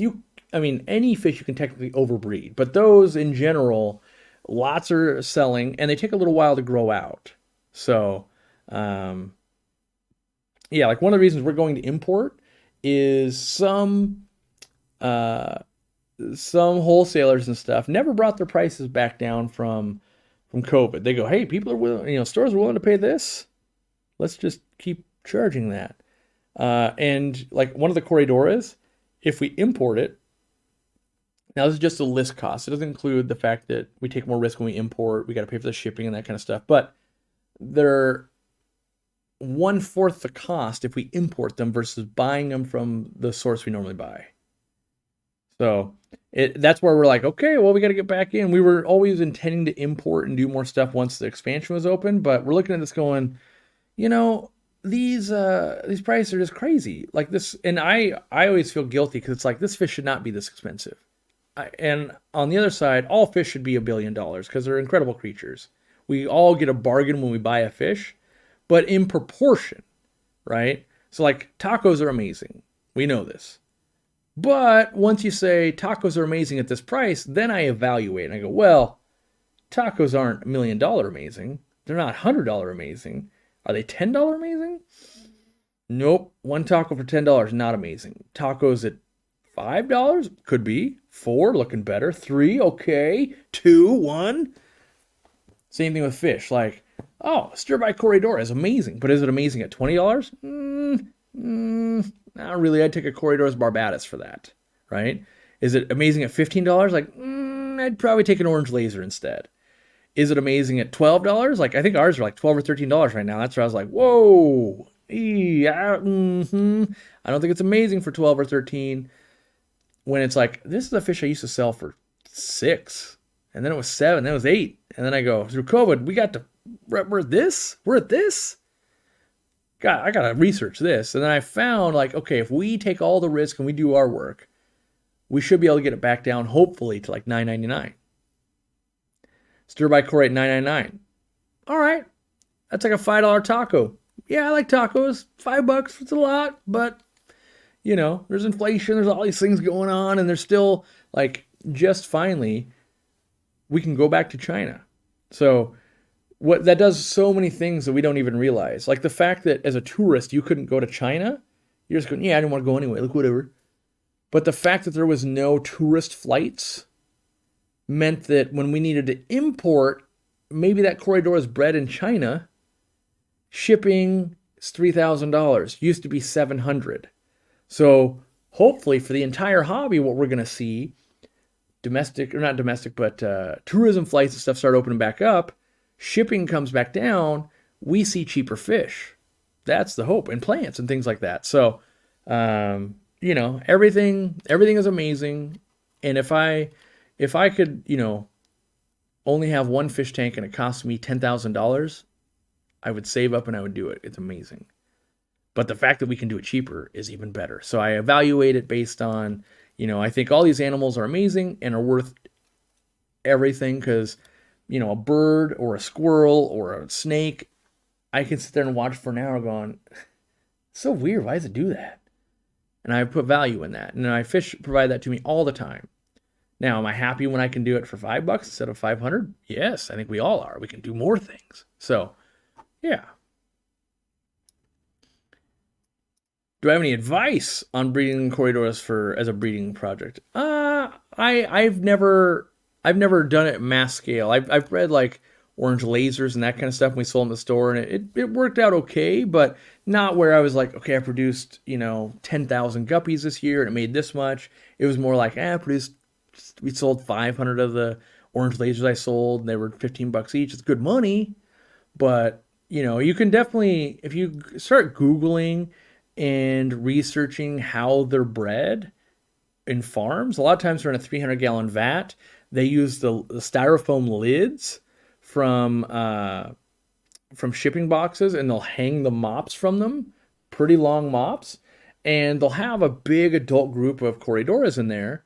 Well, they'll raise males and females. They'll put some together.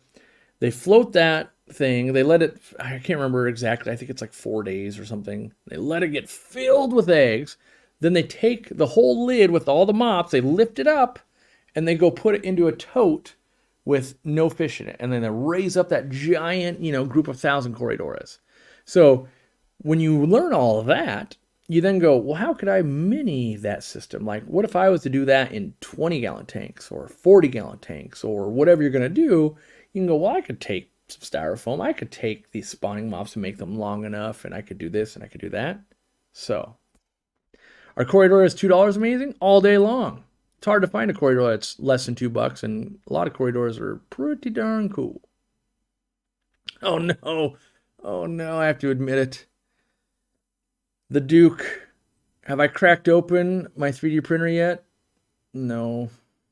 It's literally sitting like by my recliner, and once a week I'm like, do I have time to start? Should I? I honestly want to put it like right there. Like, well, that looks like I'm pointing at the fireplace, but there's some space over here, and I desperately I see stuff 3D print all the time. Like I could make that, and I just bought a little key fob thing to make my Subaru remote smaller. I'm gonna try, and I'm like, I could download the plan and print it myself. But no, I'll just pay someone else to do it. Like I want really I'm hoping that someone I know will be like, "Oh man, you got one? I love 3D printers. I know all about them." We're like, "Come on over, buddy. Let's do this." And I have enough time, but I for as much time as I try to free up, somehow I managed to answer more Facebook questions or something. I don't know. I desperately do want to. I desperately do want to. I think I'm about to spend $20 for a flagfish. Bargain. Bargain. So many people I watch all the time, they'll go buy a $200 CO2 system to solve algae. A $20 flagfish will do it. Yeah. Especially like what Dean and I and other breeders know, fish at almost any price, if you can breed them, become worth it. So imagine, maybe you've done bristlenose plecos or cherry shrimp. Let's say you had to pay $100 each for your first ones, but you could sell them for $10 each. Like, you're just trading. It's like a trading thing of like, oh, well, the first batch, they'll make 80 of them. Like, that's $80. Like, I don't have to have that many batches before I pay it off. Yeah, 3D printers tend to be a lot of troubleshooting and figuring out. Yes, this is why I know. I know it's not. Well, I shouldn't say I know because I haven't done it. I know enough to know that it's probably not setting up a printer and just be like, look at this. I connected to the Wi-Fi and it prints. I love it. It's like, oh, why is it? It's too hot right now. I got to change the temperature setting. This filament wants it for this. And I'm in a world I don't know. So I know it's going to be a little bit of struggling of like, okay, where like I already know I'm going to spend this week going, how is my connection so spotty? I pay for the world's best connection. I had a fiber line that no one else has in my neighborhood run straight to my house. What is the matter? Did I make a setting? Was it just spotty today? So there's always something like Randy will be in town this week. And so it's like, okay, well, it probably won't be this week. Will it be next week? Maybe. Or maybe there'll be another like, oh, that got in the way. I can deal with Facebook, but please don't get into the metaverse. I'm leveraged hard in the metaverse. I put all my money in the metaverse every day. I think I own an apartment in Snoop Dogg's castle. No, I don't. I don't do anything with that AR stuff. I've never done anything AR since I think I was 7. There was like one video game where you paid $20 for like 5 minutes at oh gosh, what were those places called? It's like a giant arcade place. It was like an adult, well, that's going to make it sound gross. Like it was like an arcade, but they were expensive ones. I don't know how to explain it. Like a GameWorks. Maybe like a GameWorks place where it's $20 for 5 minutes, and the game was pretty I don't know, not polished, and you had to like, you had to put the headset on and everything, but then you had like a little cage around you and everything, and it was 7, so that would have been 30 some years ago. Yeah. I just got 4 flagfish, and now they're so traumatized they won't come out of the plants. I think a bubble that was suction cupped fell on them, and now they're all terrified. Yeah, they'll get over it though. It's kind of like, we experience this in animals. 4th of July, your cats or dogs are just, oh gosh, it's horrible. And then over time, they usually get over it, which is good. It's like, okay, well, that was just one bad thing. And then next year it happens again, so that's not great. But, we see these behaviors in animals, and we know that, hey, they typically overcome. Thoughts on Fluval substrate? I'm just not a big fan of clay substrates. Maybe someday we'll put some out, and then I'll have to change my thing and be like, no, they're great. But in general, I like normal substrates. I like them to be heavy. I like them to be easy to gravel vac. I like, neutral tones. I like not having to replace them. I like being able to mix crushed coral in. But yeah, I mean, as far as a plant substrate goes, Fluval substrate's okay. I'm not a huge fan of it. Like Joel or Corvus Oskin, he loves it. He uses it in like all his tanks. Gets good results too. I just I just keep mine different. That's all. What are my thoughts about adding substrate gravel to a tank that already has fish in it? Should they be removed? If it's already just like normal gravel, I don't remove them. I use like our catch cups and I get a whole cup full of it. I get it into the water and then I go to where it needs to go, sprinkle it out, level it out a little bit. Like I added sand substrate to the turtles this on Thursday. You guys will get to see a video. We weren't shooting any video on Thursday until Dean and I installed the lay box for the turtles. Spoiler alert, within the hour, laid 2 eggs in that thing. No joke. Dean and I were literally going, there's a turtle in the thing. And I go, we should film that, like, just in case. And you'll see in the video, like, we talk like, how cool would it be if they actually laid eggs right now? Like, that's going to make for a great video. And then it turns out they actually did. And so, like, there'll be no reference point, so technically we could totally have made it all up, other than the genuine shock on Dean and I's face and voice of us like, we're kind of are you seeing this? There's no way within the hour of setting this thing up, that thing was ready to drop eggs. So then I had to set up the egg incubator and do all of that. And so, yeah, we got 2 turtle eggs, and I hope they hatch, because I haven't hatched any out in years. I used to hatch them out quite a bit. Some people have been in the live streams and stuff when we were watching them hatch and all of that. And I don't think I've ever actually hatched any in this incubator. So I'm really hoping this incubator, I'm always afraid of that. I used to hatch them in my own method where it used like a 10-gallon tank. And then I put a shoebox in there, basically filled that with the sand, had water down below and a heater, and covered it in saran wrap. And that made a nice humid environment. Then I buy a $150 egg incubator. And I hope that would work even better. But if it doesn't, I just hate failing in front of the internet where they're like, you killed those turtles. Because whenever I do anything, it's analyzed, right? Like someone on the community page is analyzing how we're building our racks completely wrong for a retail store, even though they've served me well for the past 10 years, no problems at all. And they're built to the way we know to build them and they work well. Same thing will be these turtles. Like there will be, turtle people coming out of the WordWorks going, did you know you're doing this wrong? And then I go, I don't know. From my research, it should be okay. And then most of the time it is okay. It's like, well, I'm doing the thing I pretty much did to make the last 20 turtles I made. And so I hope this will work out though, because I don't like failing in front of the internet because it just keeps getting rubbed in and it doesn't feel good. But it's super rewarding when it does. When you're like, look, everyone got to see Corey made some turtle babies. But then people go, ooh, I got a turtle question. I go, whoa, I don't know that much about turtles. I know enough to breed them and to keep mine alive for the past 10 years. That's all I know, really. That's really all I know. And I got Elmer. I know 8 months of stuff worth of Elmer, basically. So it's not in the same league. I know fish because it's like, how many corydoras have you touched in your life? Like, I don't know. 200,000 more, a lot. How many turtles? 27 maybe ever. Like, not very many. Matt Gray, our editor, I want to see. Yeah, I just got to upload it. I've been a little bit lazy. It's on my to-do list. I had movie night with Steampod Aquatics last night. There's some priorities. We have a list of movies from an app called Just Watch. We just keep adding movies that one of us hasn't seen at least, and then we hit the random button. And sometimes it is brutal bad of like, we hadn't seen this. I was really not in the mood for this movie. And last night happened to be, we watched Shutter Island, and then it was followed up with Straight Outta Compton. Good pairing of videos. You pair those two, and we went and got Mexican food beforehand, and that was our crazy Saturday night. I washed it down with some Diet Cokes. Steamfot washed it down with some Propel water additives. And we let loose and watched some TV. Mostly, so it's pretty nerdy because we sit there and we watch the movies.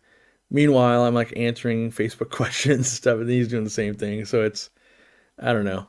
It's like it's the only way I can hang out with people. Like, hey, you want to come and hang out while I work? I'll buy us some dinner. So, yeah. Dorky, they need to set up a tank for yourself? She kind of is, a little bit.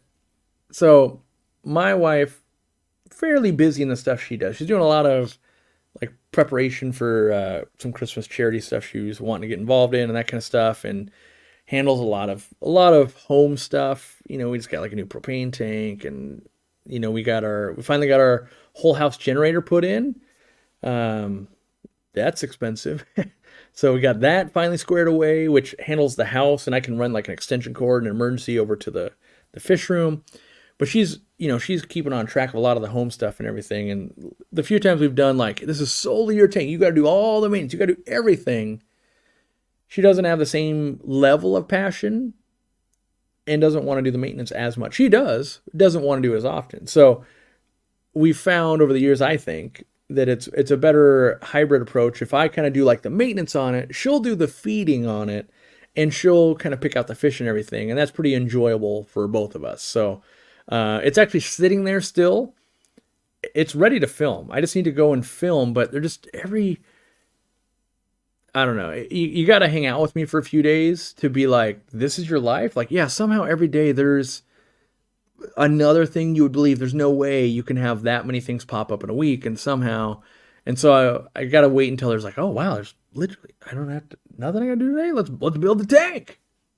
So, all right.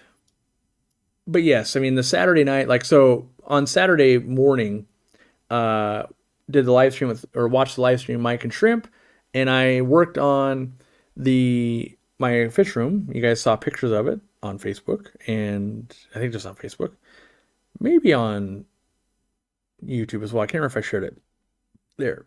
Also on Instagram. Anyway, trying to streamline. So I spent from 11 a.m. till 5 p.m. working on tanks, right? Just getting them ready to film and do stuff, hopefully this week.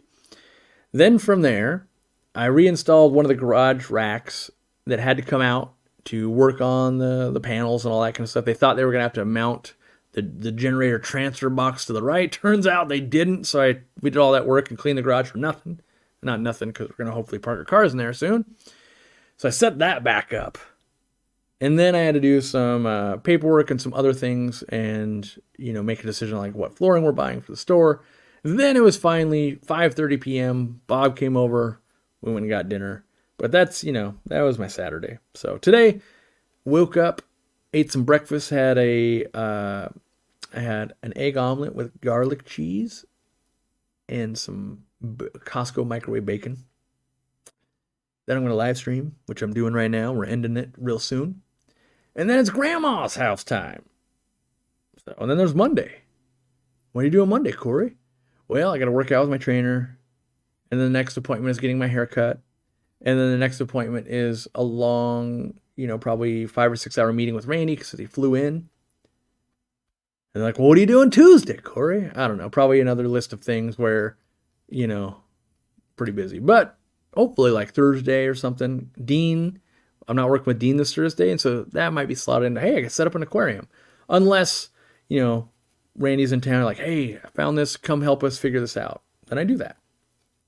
So, is the Aquariumcoop Light Par in different tank videos still coming, or is it been canned? Let me digest that. Is the Aquariumcoop Light Par in different tanks videos still coming, or is it been canned? I'm not sure I promised that video. I have that. I mean, I have a video explaining par and everything, and it's out.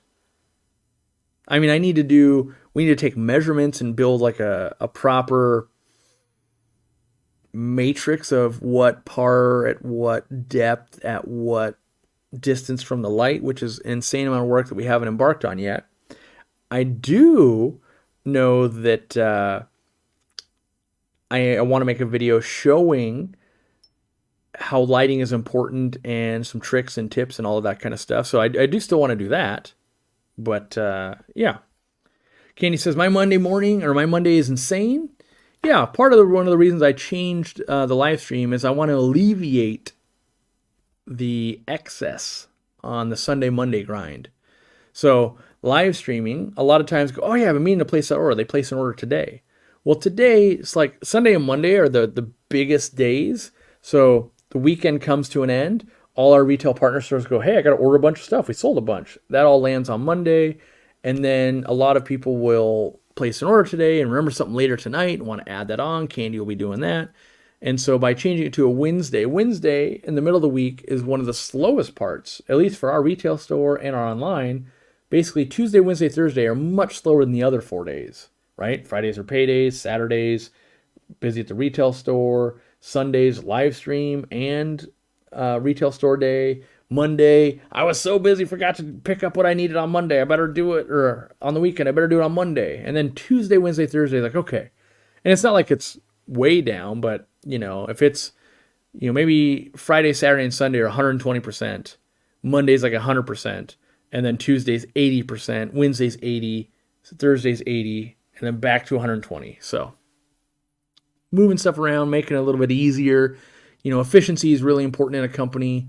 So moving stuff around. Plus, we get to hang out with, we have access to different people potentially. Maybe it's a different time in Australia and the UK and all that at 4 p.m. instead of noon on a Sunday, right? Because there's sometimes a day delay, like Sunday noon right now might already be Monday in some of the countries, where Wednesday might be Thursday. Maybe that changes.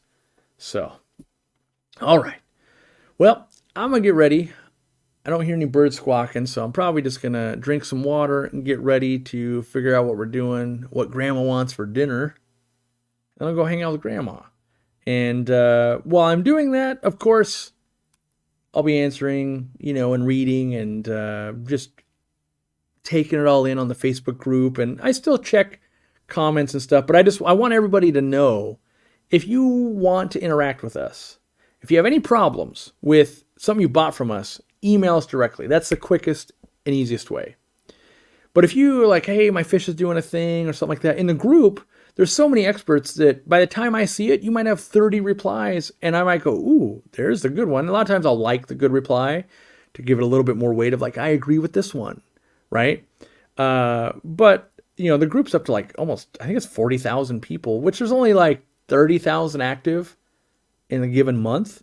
But our moderators are great and everything, and as we keep growing, there's no more hours in my day. We ran out of hours, honestly, years ago, but we want to try it.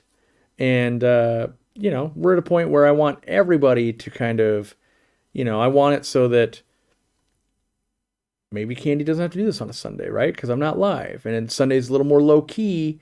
And if we have more time on Sundays, maybe Mondays aren't as bad, right?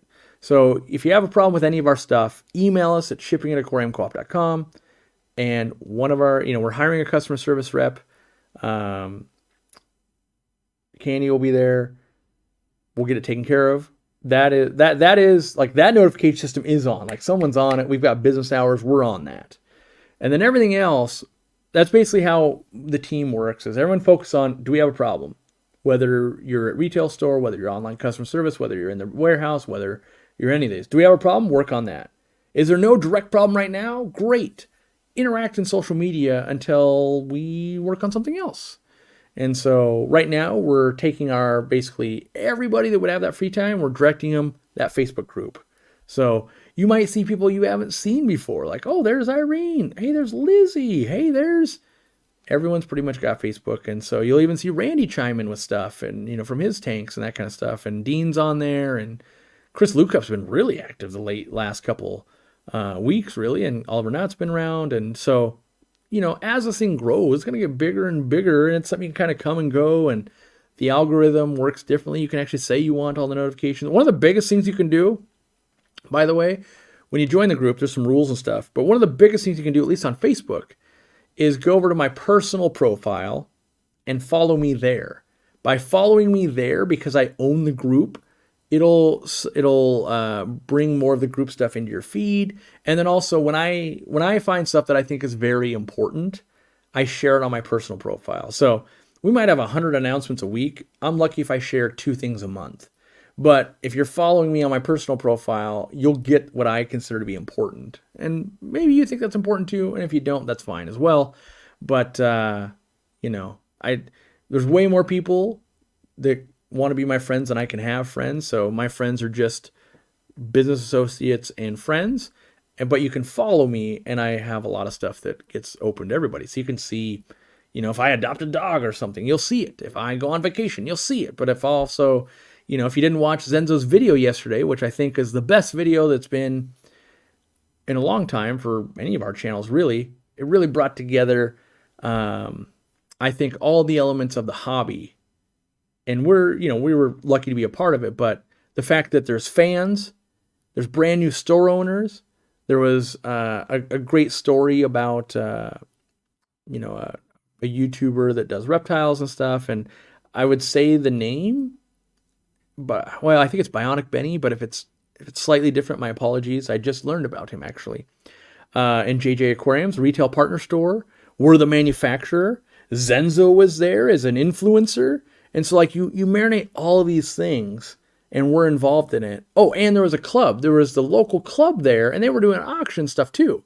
And so all of that comes together. That's all the things I care about.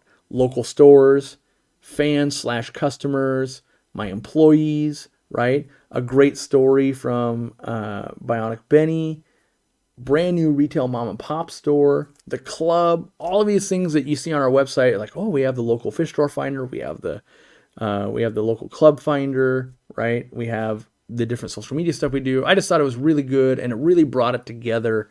And it was really like, this is exactly what Aquarium Co-op wants to be. It wants to help in all of these things. Some of them we make money. I make money from my employees. I make money from these retail stores. I make money from the fans. And then there's just also good things of, like, it's good to see a new local store. It's good to see the club auctioning stuff off and people getting it and getting new members and all of that. And so, yeah, watch that video if you can. I think it's a really good, like, I think it's the blueprint of what we want this hobby to be. Merge all that together, and if every state and every city had that going on, this hobby would be even better than it is right now. So, all right, when's the new live stream time? Last minute, or last mention of that. It will be 4 p.m. Pacific time. That's 7 p.m. Eastern time on Wednesdays. I'll put up one so that you guys can kind of, oh yeah, that's the new time. And I know there'll be people that show up next Sunday going, wait, I wasn't there, I missed it. I know, you can always watch them after the fact on the podcast and all of that. But make sure you get out and enjoy nature sometime this week, whether it's in your own fish room or it's outside. Make sure you compliment somebody else in their hobby, or maybe just in the world. They don't have to be a fish keeper to say something nice. You could do that anyway. We're all trying to learn and grow as humans, and we're trying to learn and grow our fish. So until Wednesday, I'll see you around. I'm going to Grandma's house. Gotta go. Thank you to everyone. Everyone became a new member, and everyone that just listens. Thanks for supporting us. I appreciate it.